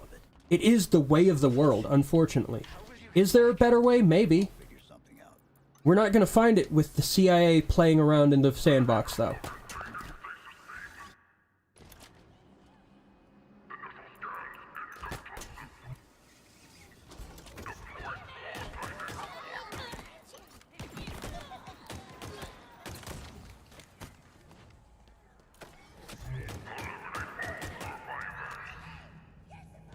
Like, also the lore in Halo is immensely dark when you think about the actual implications of it. John is a child soldier who was kidnapped at, like, 6 to have, like, machines put in him. Part of his brain is hollowed out to house Cortana, who was made by Halsey, some sociopath scientist, cloning herself in an illegal procedure, and then destructively uploading that consciousness into John's brain. There's no way to avoid exploitation, just that's the way life works, is that it's built on a foundation of bodies. We all stand on the corpses of the dead. Every one of us. It's an inherent thing in life, is we have to eat, and there's a limit to what resources are available. But, like, there's morals attached to certain things, like, that's why I think one of the most important philosophies is the libertarian, like, our rock standard of non-aggression. If someone is not actively aggressing upon you, you have no right to act violently towards them. And the act of violence I specifically, like, delineate is physical violence. Like, if you're making fun of someone, I'm always for that. That's fucking great. That's funny. But, like, if you are violently aggressing on someone who is peaceful, you're in the wrong and deserve destruction. I mean, it is also supposed to be within reason. Like, we have to decide what that means, though. But, like, if someone comes at you with intent to be lethal, to use lethal force, you have every right to use lethal force against them. That's my worldview. And that's just one of the most basic values I have, is the non-aggression principle. Yeah, the Spartan program's immensely fucked up. And the even more fucked up part about it is that it wasn't made to fight the Covenant. That was just a happy coincidence for Halsey. Is that, oh, fuck, thankfully I have an excuse for my super oppressors. Woo! Because it's not really mentioned a lot in Halo, but humanity is also at war with itself. And then the Covenant show up to give us a common enemy, thankfully, for the oppressors of humanity. Because now they have a reason to have had made these super soldiers that were, at some point, just fighting human opponents. Grapple shot. Where am I going here? Hang on.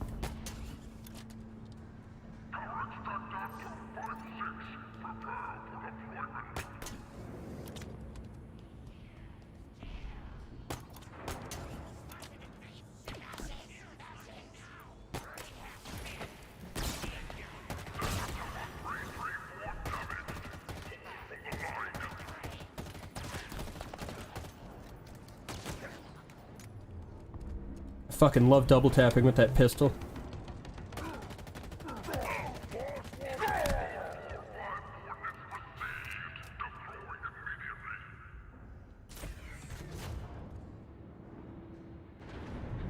Well, I think Spartan 3s was when they started calming down and stopped abducting children. The Spartan 2 program was the program that really did that, and that's what John is. But in Reach, there is a Spartan 2, and he's like the big guy. That's why George is significantly much larger than the other Spartans in that game, because he went through the Spartan 2 program rather than 3, where 3 was volunteers. 2 just wasn't. But I don't think the Spartan 2 programs, or Spartan 3 program started until after the Covenant invaded, because we just needed more Spartans.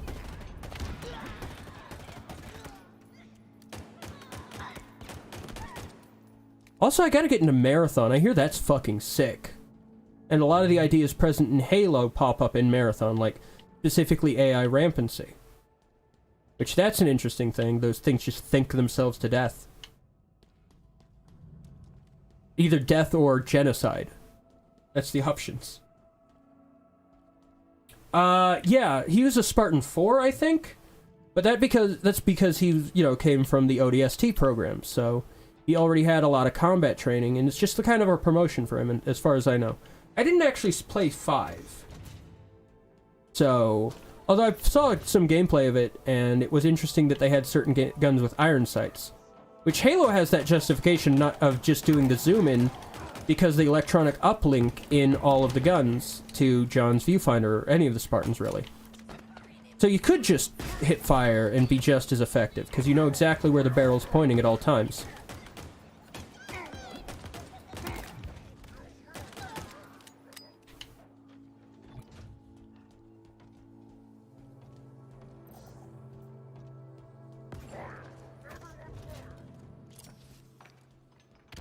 Oh, he must have been behind me. Peace, Craig. I like how they just have a hologram of the MA5 weapon system. I miss the original design of the MA5.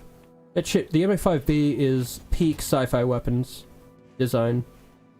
It's about as good, it's at least as good as the Morita. It's almost as good as the fucking M41A.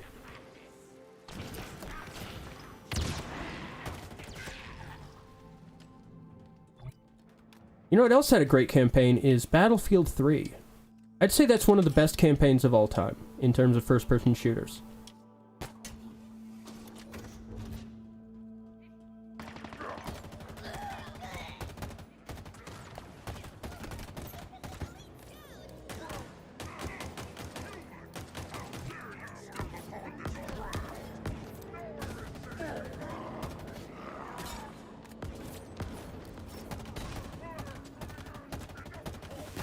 I think this was the first Halo game that really made me understand the lethality of Master Chief. And the Spartan program of itself, because, I don't know, just the mobility really helps.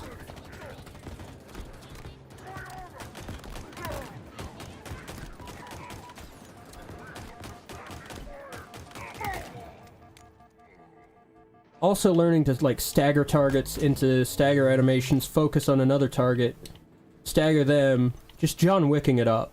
It rules. A good game to do that in VR is Contractors. That's a fun game. You can just stagger people and then just focus on another target.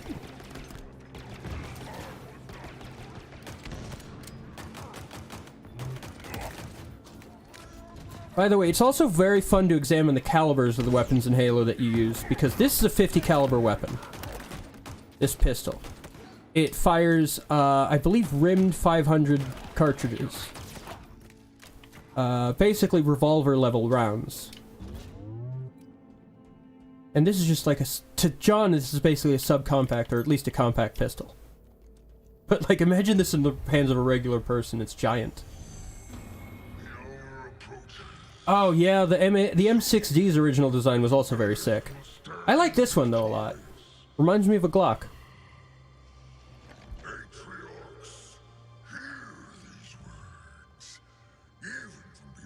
Well, yeah, revolvers typically use rimmed cartridges because of the way a cylinder functions, is the rim keeps it in the cylinder or it keeps it from falling into the cylinder, into the barrel, basically, the whole cartridge. Like, an example of something that's 500 caliber would be, June's Smith & Wesson M500, which, I don't know if I've said that much before, but I love that he focused on that in his, like, I'm gonna fight the government civil war thing, where he's like, you're not fighting it with that, you don't train with it, you have a single box of ammo, it's a very ineffective weapon for combat. His hands are huge. John is a 9-foot tall person. Because of genetic modification, like gene therapy, also cyborg implants. He's just a giant. It has nothing to do with the suit, in all honesty, his size. Yeah, well, June was like, back when Biden got elected, he was very upset, so he's like, oh, we gotta, like, prepare for a civil war, and it's like, dog, you're not fighting a civil war. I just thought that was one of the funniest things about it. It's like, he thinks he's gonna fight a civil war with some shitty sporting revolver. Like, no one uses the M500 in combat, because it's garbage in terms of combat.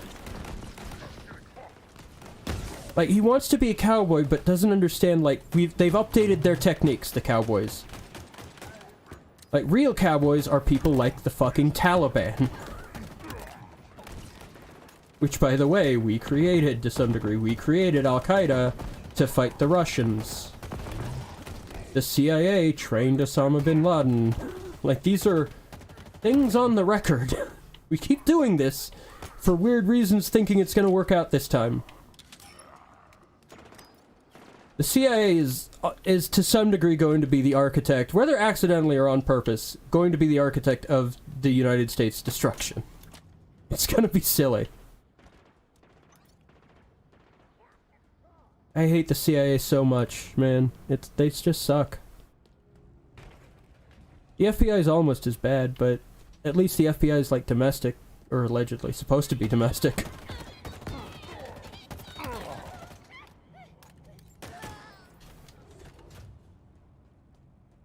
Yeah, it's like, do I think June's going to fight with that gun? No, he doesn't train. He'd be capped instantly if he tried. Like, I think a lot of the people who are most blatant about their desire to fight a civil war for whatever reason are the ones that are going to get capped immediately because they have no idea how to actually fight an insurrection, or, like, you know, like they try to idolize the rebellion against the Empire and don't realize that we are actually the Empire, and, like, just, he's gonna get capped immediately if he tries. Oh yeah, John is, John 117 is probably, has, some level of autism induced on him, through just trauma. Because he's never been allowed to really socialize outside of a military context. He kind of shuts off after, he doesn't have a civilian life, as far as we know. So, he's, to some degree, autistic through trauma, most likely. Just through lack of socialization. Whether it's also been induced into him genetically is, who knows. But he absolutely has zero ability to really interact with people on a normal, healthy human level. Yeah. Where is it? God, I love the callouts. Nice! Got him!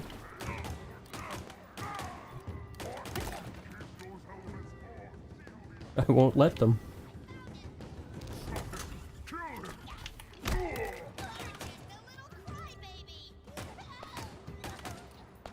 Damn, that gun's taking a lot of rounds. I saw those hit.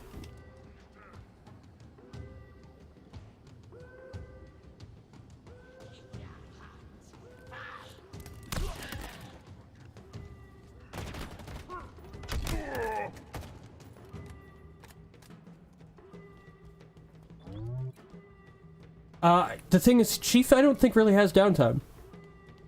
We don't really see it much, as far as I know. I don't think he really does. I think to some degree he's also addicted to combat. It's just he serves no function other than combat. Oh, shit.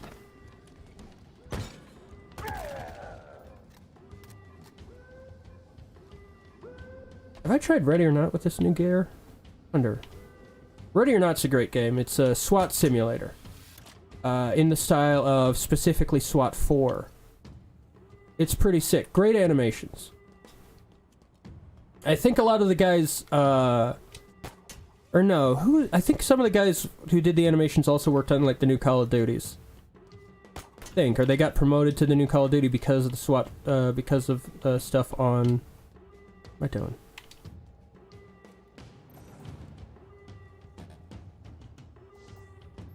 Oh, there we go.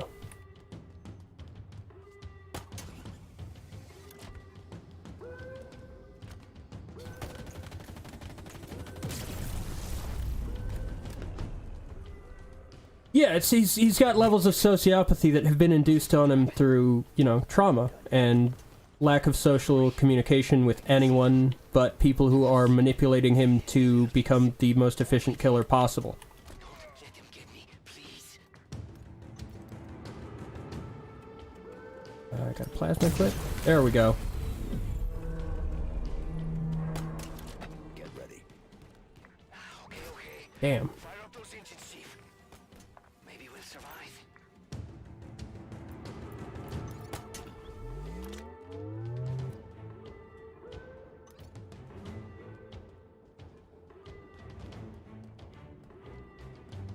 Yeah, I think after this I'm gonna stop the stream and take a rest, because I need some rest lately. Yeah, it's open world, but I was really also more referring to just the mobility. Level of mobility in this is much... It's very similar to Far Cry, in my opinion. But yes, it's also open world.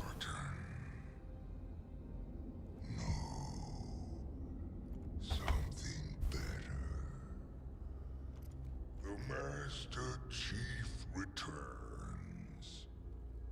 We thought you dead, tossed into the void. Yet here you stand. Humans call you their savior. Covenant, demon, the banished, prey. Destroy this craft if you must. Oh yeah, I've been pretty busy lately. I gotta focus on a specific set list for my comedy. Because I try to mix it up every time, but I gotta, like, practice memorization of my comedy. That's probably my weakest aspect of my comedy, is the delivery, because I kind of tend to stutter a lot because I don't have the specific wording memorized in a lot of them, and a lot of them are based on specific wording.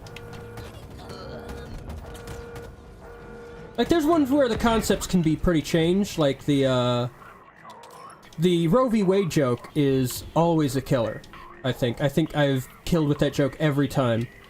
Where it's, you know, ladies, I heard about the Roe v. Wade decision, and I feel ya, body autonomy is important, but I do have a compromise that if you can't make the 6-week deadline to get an abortion, all you have to do is wait till they're in 2nd grade. And then occasionally, sometimes people are like, is that a school shooting joke? And then I make the tag where it's suggested that the mom does it themselves and, like, they're training to do it, and the rangemaster notices, hey, that target's a bit small. Where it's a joke through implications of very dark things. Yeah, that's one of my favorite bits that I do. There's the Call of Duty one where it's like, I'm a virgin at 31. There's bad parts to it, you know, the no pussy part. But there's also cool parts to it, like how good I am at Call of Duty. And then lately I've been adding a tag. I'm actually garbage. My last KDR was .69, which is the only time those numbers have been relevant to me.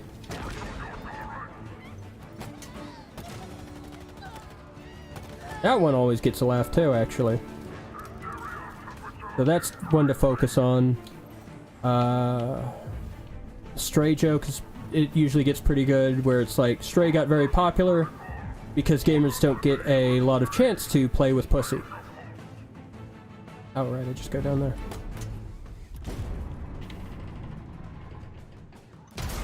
Oh shit. Nice. Do you think this disruption will be enough? Victory is already ours. So, run, Spartan. We will meet. Man, that's sick.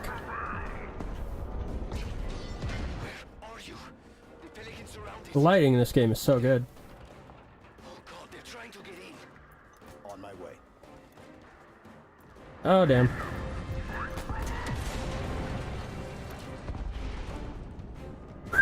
That was fucking lucky. Holy shit.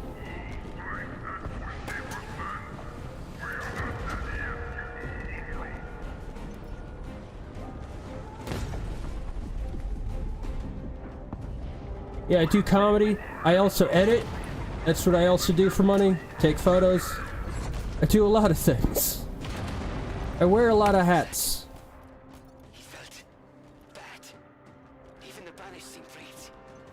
That was so fucking funny to me when June was parading Robbie around like he was a professional Hollywood editor.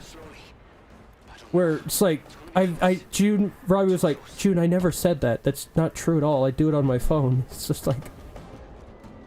That's what makes me think June is some level of a con man who's just not very good at being a con man. Especially because none of his, like, accomplices really participate in the con. Yes, Forward Unto Dawn was great. I really liked that, actually. I was just watching it last night. Although, I also find it bizarre that they've had Chief in a couple live-action things, and they've never gotten Steve Downes to do the voice in that. Even the one made by fucking Bungie, or 343. It did not use Steve Downes to do the voice, even though they never showed Chief's face.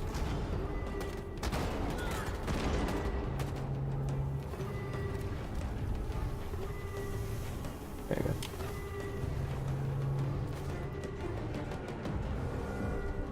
on.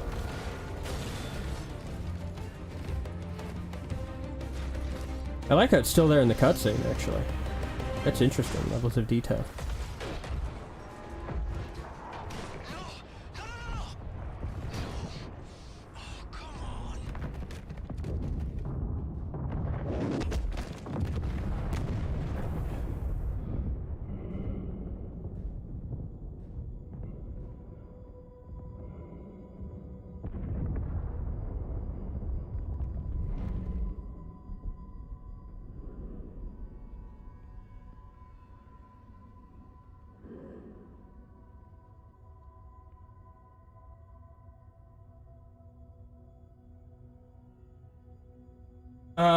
Robbie, he literally paid Robbie nothing to edit. In fact, it got really annoying, the demands June kept making of Robbie, without, like, June provided immensely shitty footage, because June is not a good filmmaker, he's not good at cinematography, he's terrible at audio capture, you know, he's not good at what he does, and that's what's charming, except for the ego part. But, like, Robbie tried to make, like, June never sent Robbie, like, a full script. He sent these things without any real sense of direction. June doesn't actually plot out his films ever, is the thought.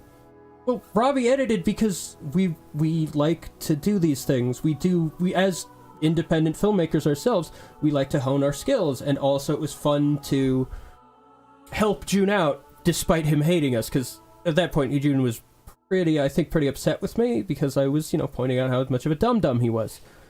But as I bear no malice, if June asked, I would still edit for him, and I'm a good editor, and I edited a lot of, actually, that's not like the together, but I did a lot of the color grade on that footage. I shot Robbie's footage for that sequel to Holiday Intruder. I did a lot for the Holiday Intruder that June probably doesn't even understand that I did. I had to Robbie had to up the audio like 400 times that June captured. And then I still had to up it to make it audible at all.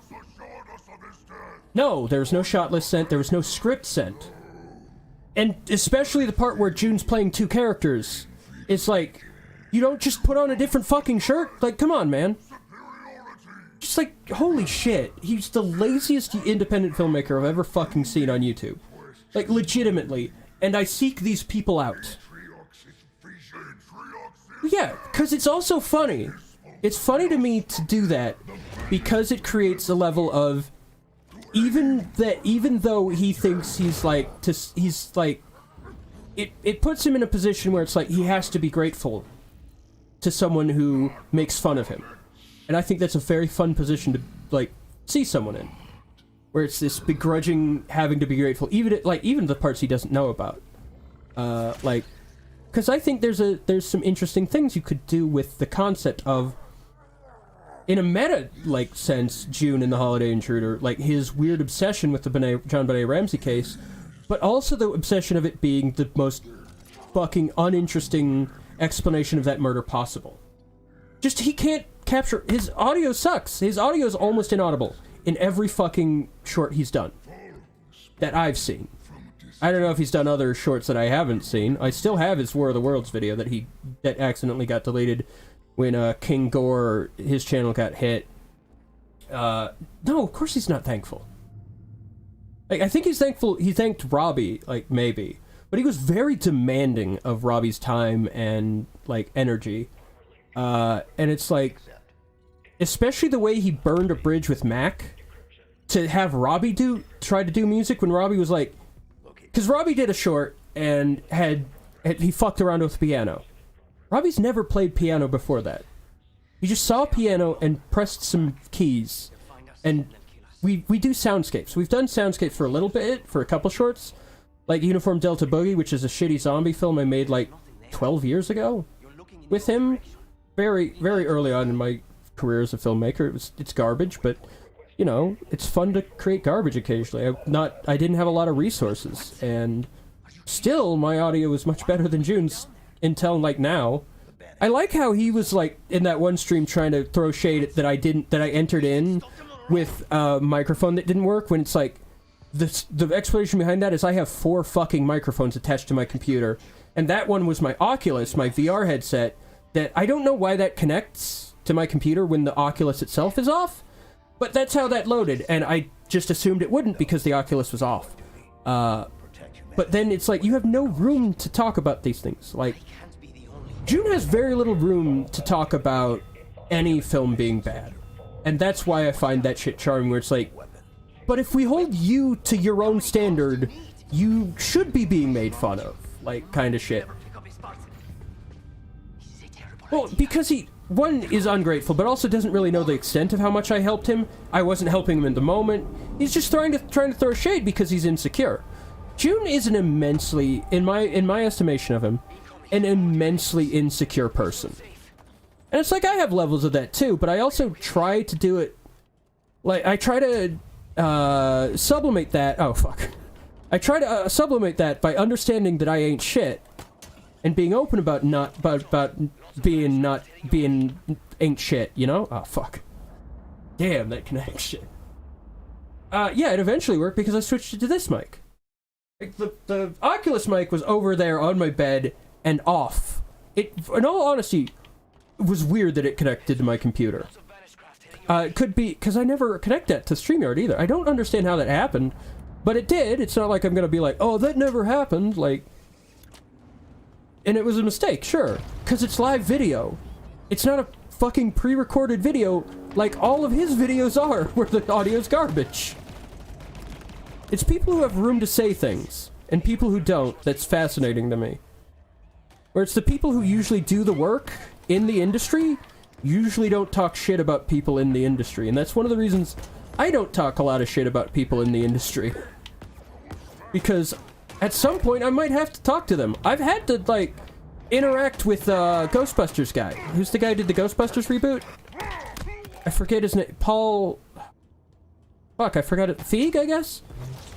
And it's like, I didn't like Ghostbusters that much, his Ghostbusters.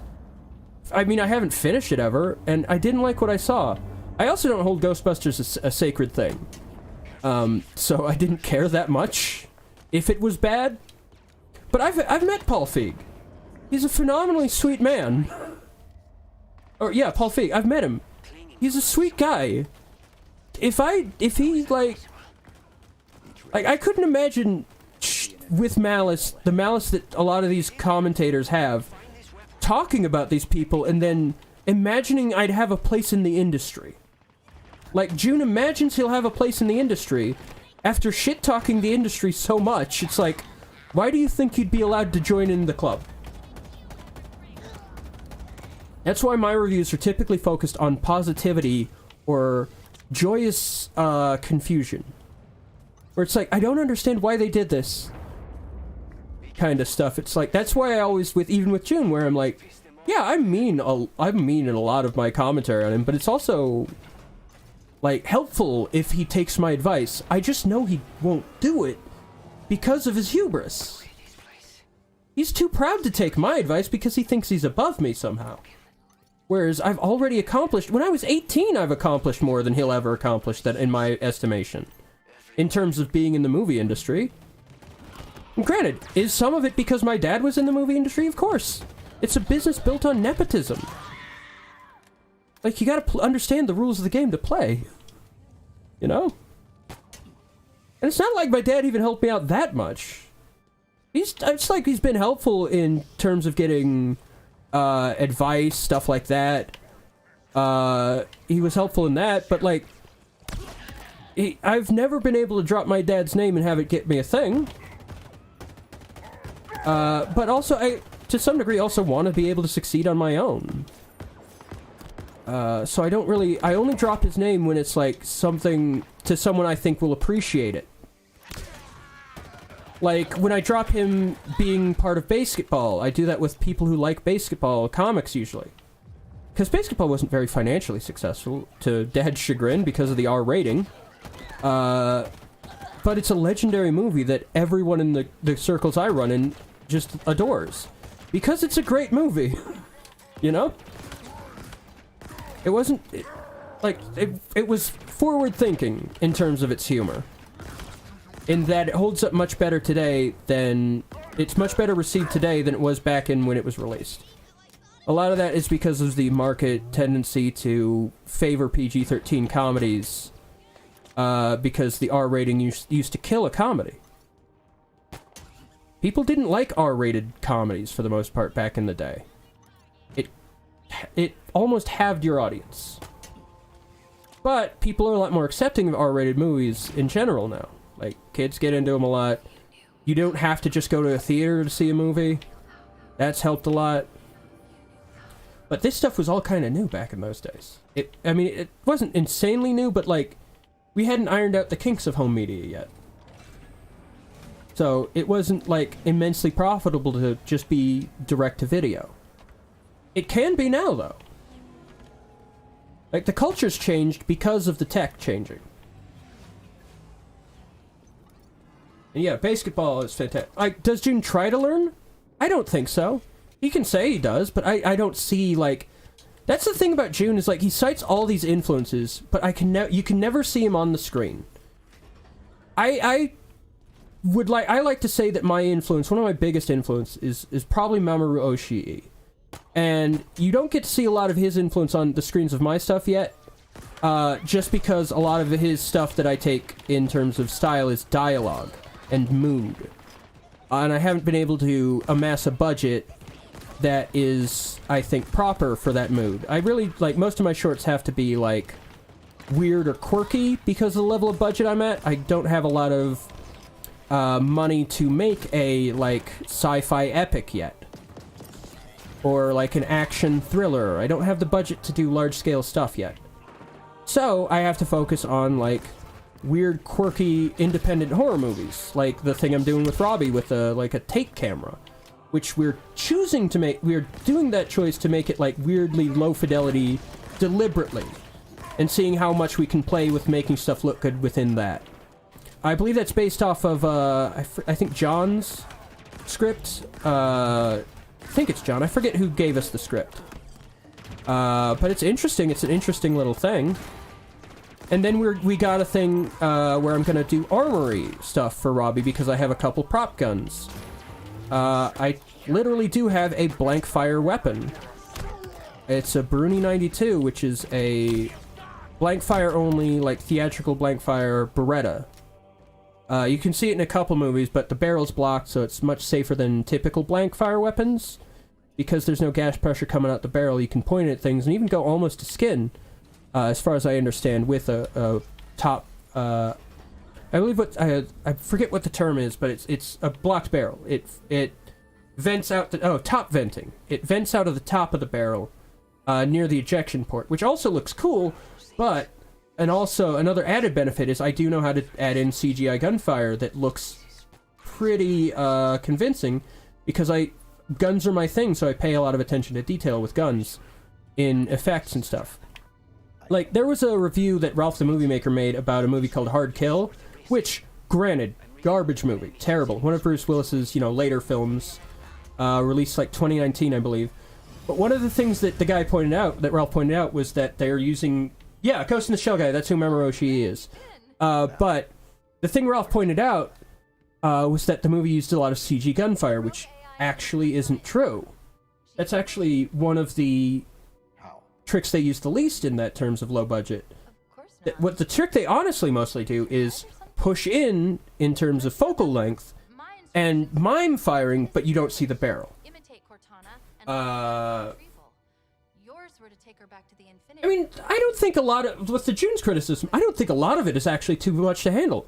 A lot of it is just frame your shots well, and get your audio right, and also maybe clean up, like, don't have a fucking mattress on the floor in, like, a millionaire's house that's it's supposed to be. Like, with the house, if he just cleaned up his house, you could buy it as the Ramsey house, maybe.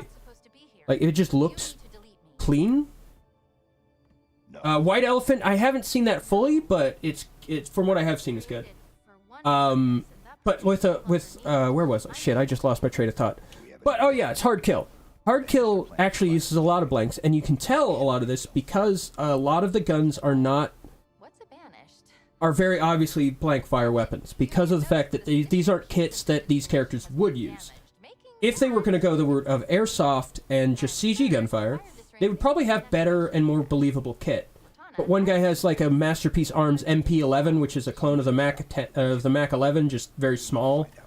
You can tell that's a blank fire weapon. The HK94 that the lady has in that is a blank fire weapon. You can tell because it's supposed to be an MP5 in the movie, but it's got a carbine length barrel, which is symbolic, and no like barrel lugs, which is symbolic of like the HK94, which they used an HK94 in Die Hard. It's like a well-worn, it's like a traditional blank fire weapon. That shit. There are, I think, I don't remember if there's more squibs or CG blood in Hard Kill. I'm assuming there's a mix of both. And I think it's mostly CG squibs, which, to be fair, I understand that. It's a low-budget film. They don't have time for a lot of setups. But, yeah. It's just, but every scene that Ralph showed that was supposed to be CG gunfire was very clearly live blank gunfire. And you can tell because the actions are cycling and shells are coming out.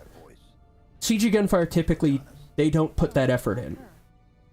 And that's how having a blank fire, a top venting weapon can be useful, because it's safe, or safer than a front venting blank fire weapon, but it still emits light, still emits a shell, still cycles the action, but you can just add in a front thing muzzle flash.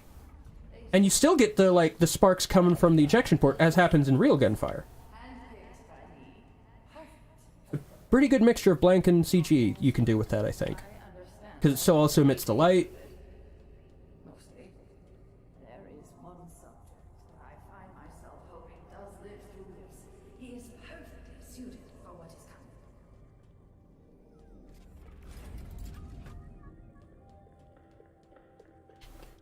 He has been assigned a number. 117.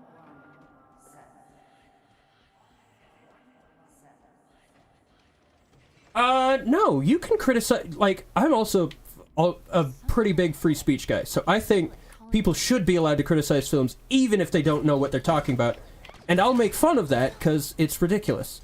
I think from one's own perspective, one shouldn't criticize films too harshly if they want to be in the industry.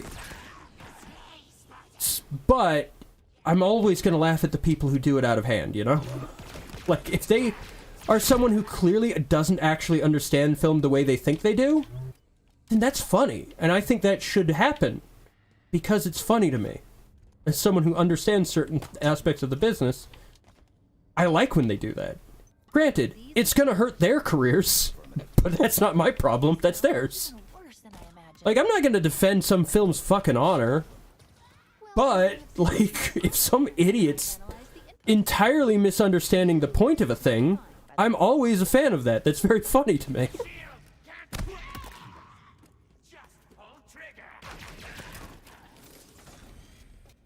There's that carbine. There we go. Ooh, it's a sniper.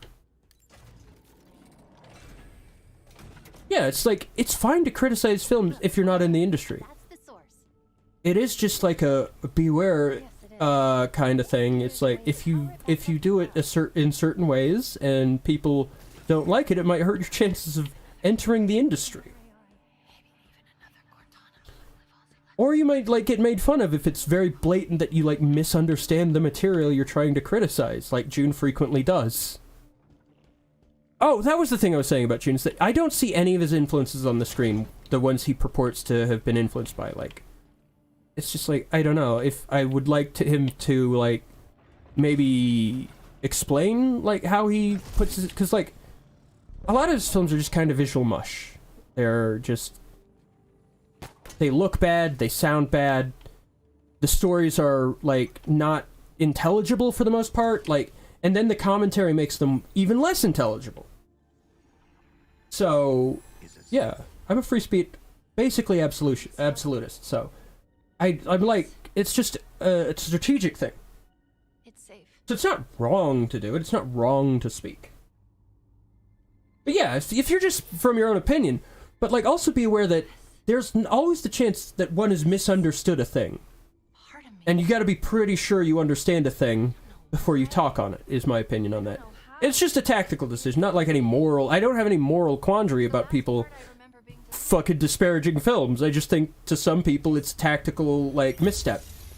People like June, it's a tactical misstep for someone who wants to enter the industry and, like, buy Disney to constantly be insulting Disney products and, like, being like, I do it much better with my not even completing a business class in community college.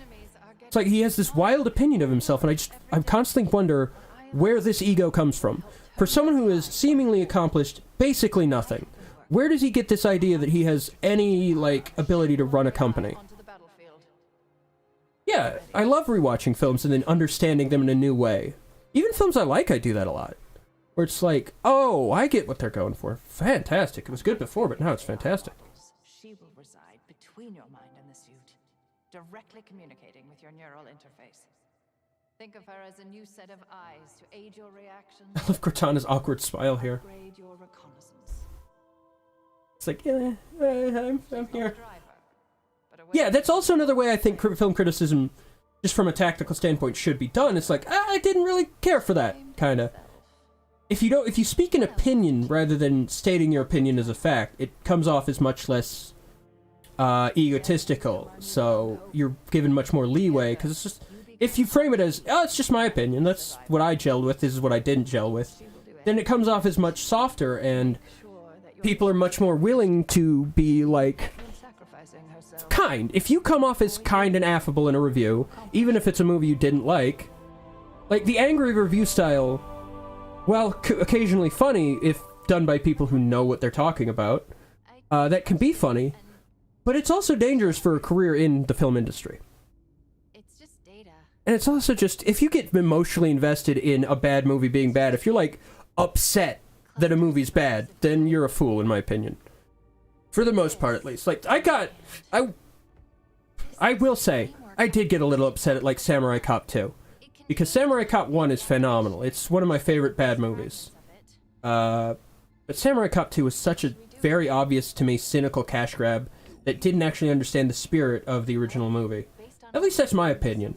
But I will also say, the guy who did it is a very important guy in terms of preserving the original. So I will say, he's good at, it's like, he's not a bad guy there. It's like, I don't know, Gregory Hatakana, or I think that's his name. I'm not gonna say he's, like, total shit, but I did not like Samurai Cop 2 a lot. It really made me upset to see what I thought were the obvious spirit of bad movies done cynically, whereas Samurai Cop 1 is earnest. Samurai Cop 2 is cynical. And I don't like cynical bad movies, where they're aware of it being shit and that's the goal is to be shit. A good bad movie, in my opinion, is a movie that's trying to be good. That's also why I don't care for the Sharknado series. I just feel they're cynical, and it's a lack of earnestness that kills a bad movie for me. Because, like, everyone likes to shit-talk The Room. And the crazy thing is, there's much worse movies than The Room. Like, Woods of Evil is my favorite example of a really bad movie. But I still own that on DVD. I love Woods of Evil because of the baffling decisions made in it.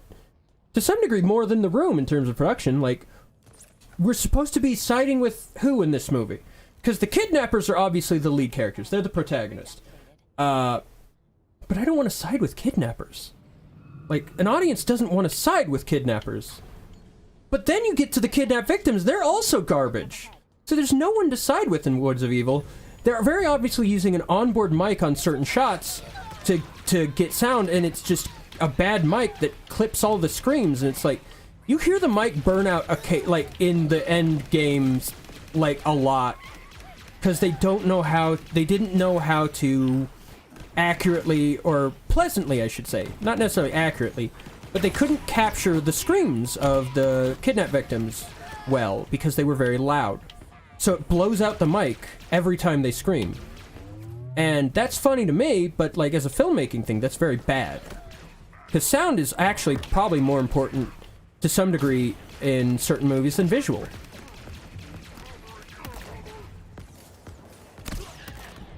Like, in terms of what people will accept, I think people are much more willing to accept bad visual than they are bad sound. Because if it hurts their ears, it's like, why would I want to continue watching this movie? I want to get a human weapon again. Hate using Covenant weapons, almost. Yeah. Atomic Eden. I don't know that one. I'll have to check it out. Oh, yes, it's cynical in that it is constantly like, oh, hey, this is a bad thing. It's like, it's not even necessarily like, yeah, it's trying to be in on the joke when it's the original movie is a fool, and the second movie is a mediocre jester. Like, it's aware of it being bad, the aim is to be bad, so they just half-ass it. Whereas the original Samurai Cop, it was full-assed, and it was just not good, and it was earnest in that. Whereas the goal of Samurai Cop 2 is to, like, hey, we got Tommy Wiseau to do a character, and it's like, okay, I got you. And it's like, I hated Tommy in that one. It was just so fucking annoying. A good one with Tommy, though, is the Best Friends, Fiends, whatever, the one he did with Greg Sestero post The Room. Filmed in my hometown of South Pass, too. A lot of it.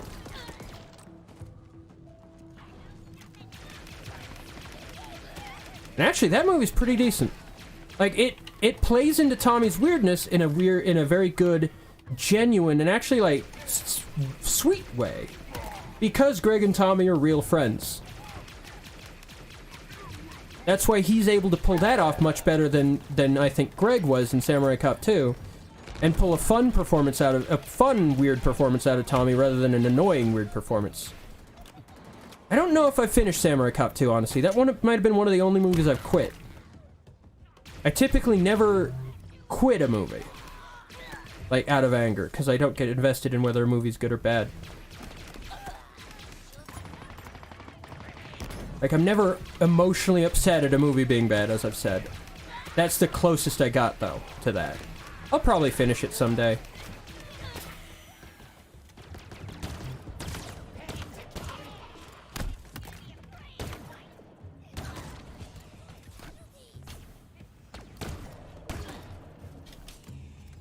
Damn, the gunplay in this is so sick. Yeah, 2 volumes. I got them both digitally.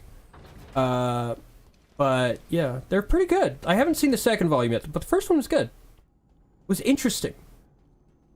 And it was presented, as far as production value, well enough where I could, like, say, yeah, it looks good. Like, it's got good capture, it's got good image capture. Granted, it's, like, a little more obviously shot on like a DSLR or prosumer thing. Like, you can tell if a movie's low budget typically through certain levels of image quality. Even more so than anything else. Like, if a film's shot on a DSLR, and you can kind of tell that, that's usually a sign of a lower budget. I don't know the specific setup Best Friends had, but I would imagine it's very likely DSLR is some kind of prosumer level camera. It's not like a fucking Red. There's like, Veronica has a thing with that where it's like, the camera's probably a good camera that they used, but they didn't edit it, they didn't color process it, is what's very likely.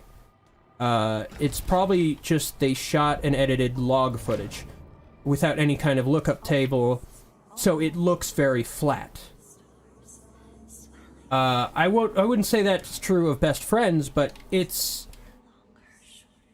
like, I think it's crisp. It's too crisp is the visual like tell that it's lower budget. Whereas there's like it's a very hard thing to describe, the look of a high budget versus low budget. A lot of it I think has to do with sensor size. But lenses play a big part in it. I think like there's I've recommended it before, but the SCP Overlord short film is probably the most cinematic looking YouTube short film I've ever seen. The guy who did that is a fucking brilliant cinematographer and also a great writer. Evan Royalty. I will always sing that guy's praises. He's great. I cannot wait for his Stalker project. That's gonna be sick. Man, I've been talking a lot. I have not been letting the game talk for itself because we're just babbling. We're just having a chat.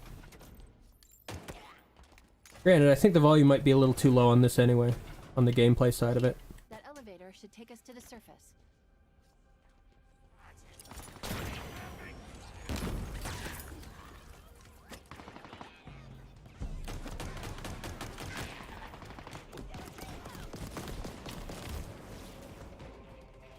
Oh, hang on, I gotta upgrade my fucking whip.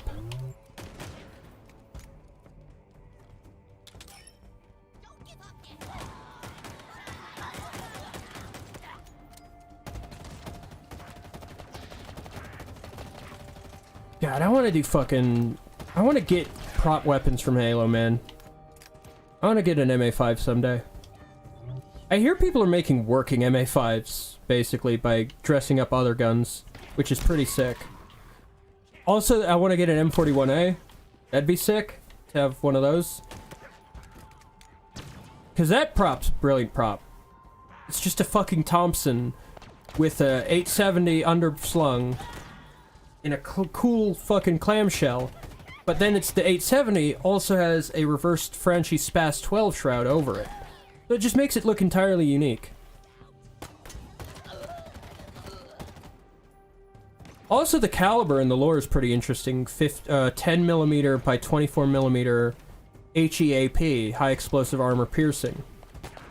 That's a very interesting choice to, like, choose. That's a decision made out of some level of knowing what you're talking about. Which is always fascinating in sci-fi, like, military shit to me, where it's like, oh, okay, that makes a lot of sense that they'd be using this. There's reasons why they'd use this specific caliber. 10mm is a real caliber, granted the X24 cartridge is not. Which X24 is, like, the cartridge length. Although I like how they committed it to it being cartridge, or caseless, when it's very clearly not caseless. Like, I don't know why that decision was made, but I think they could have just not had it be caseless, and I think the caseless thing was more to, maybe justify capacity, maybe. No, because... Actually, I don't know why. I don't know why they made it caseless, because it's very clearly practically not. And they could have just not called it caseless. But how they do that today is probably just having added CG muzzle flashes. And it would actually, to do that would make more sense, because it's a caseless weapon in the lore.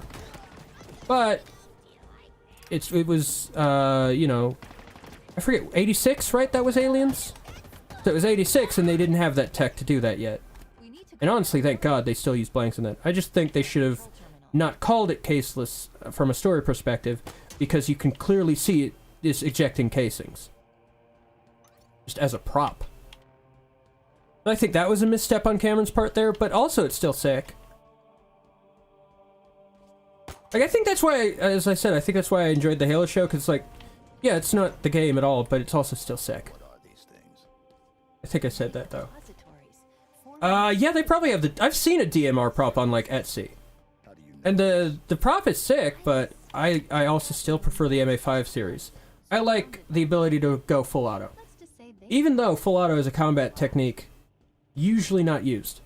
I don't think there's a lot of actual full auto fire in combat, except for specific situations like suppressive fire.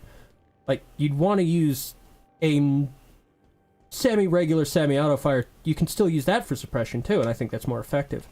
But, like, there still are machine guns and people can go full auto. I just think typically people don't. Just out of terms of ammo conservation kind of stuff. But it's also sick to just also go full auto. Like, what full auto is used for, like, in close quarters would be, like, a hallway type situation.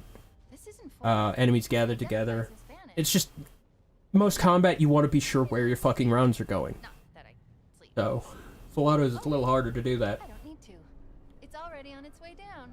Plus, semi-auto, still, you can fire pretty fucking fast in semi-auto. Fast as you can pull a trigger. What if it's a friend?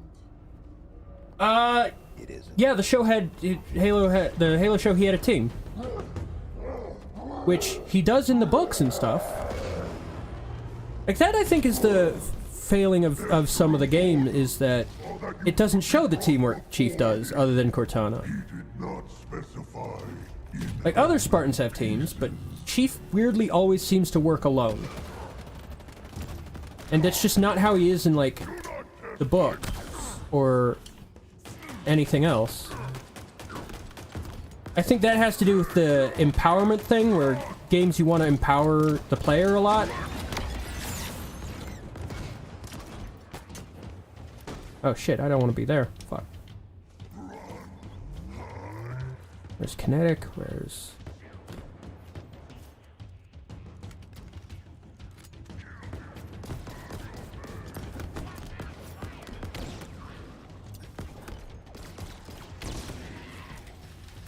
Where's that guy?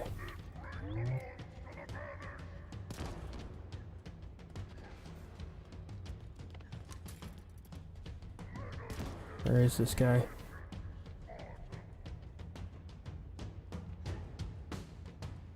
Where is he? Oh, there he is.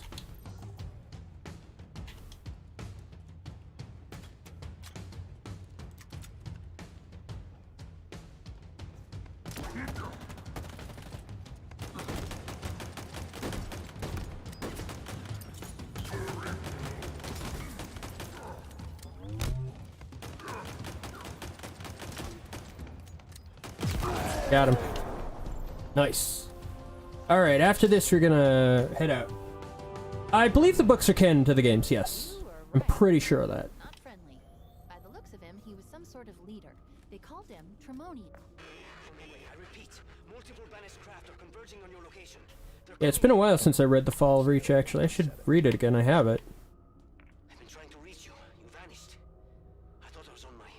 Yeah, the brutes tend to lead the banished. As in terms of their position within the Covenant of the Banished, which is separate from the Covenant regular.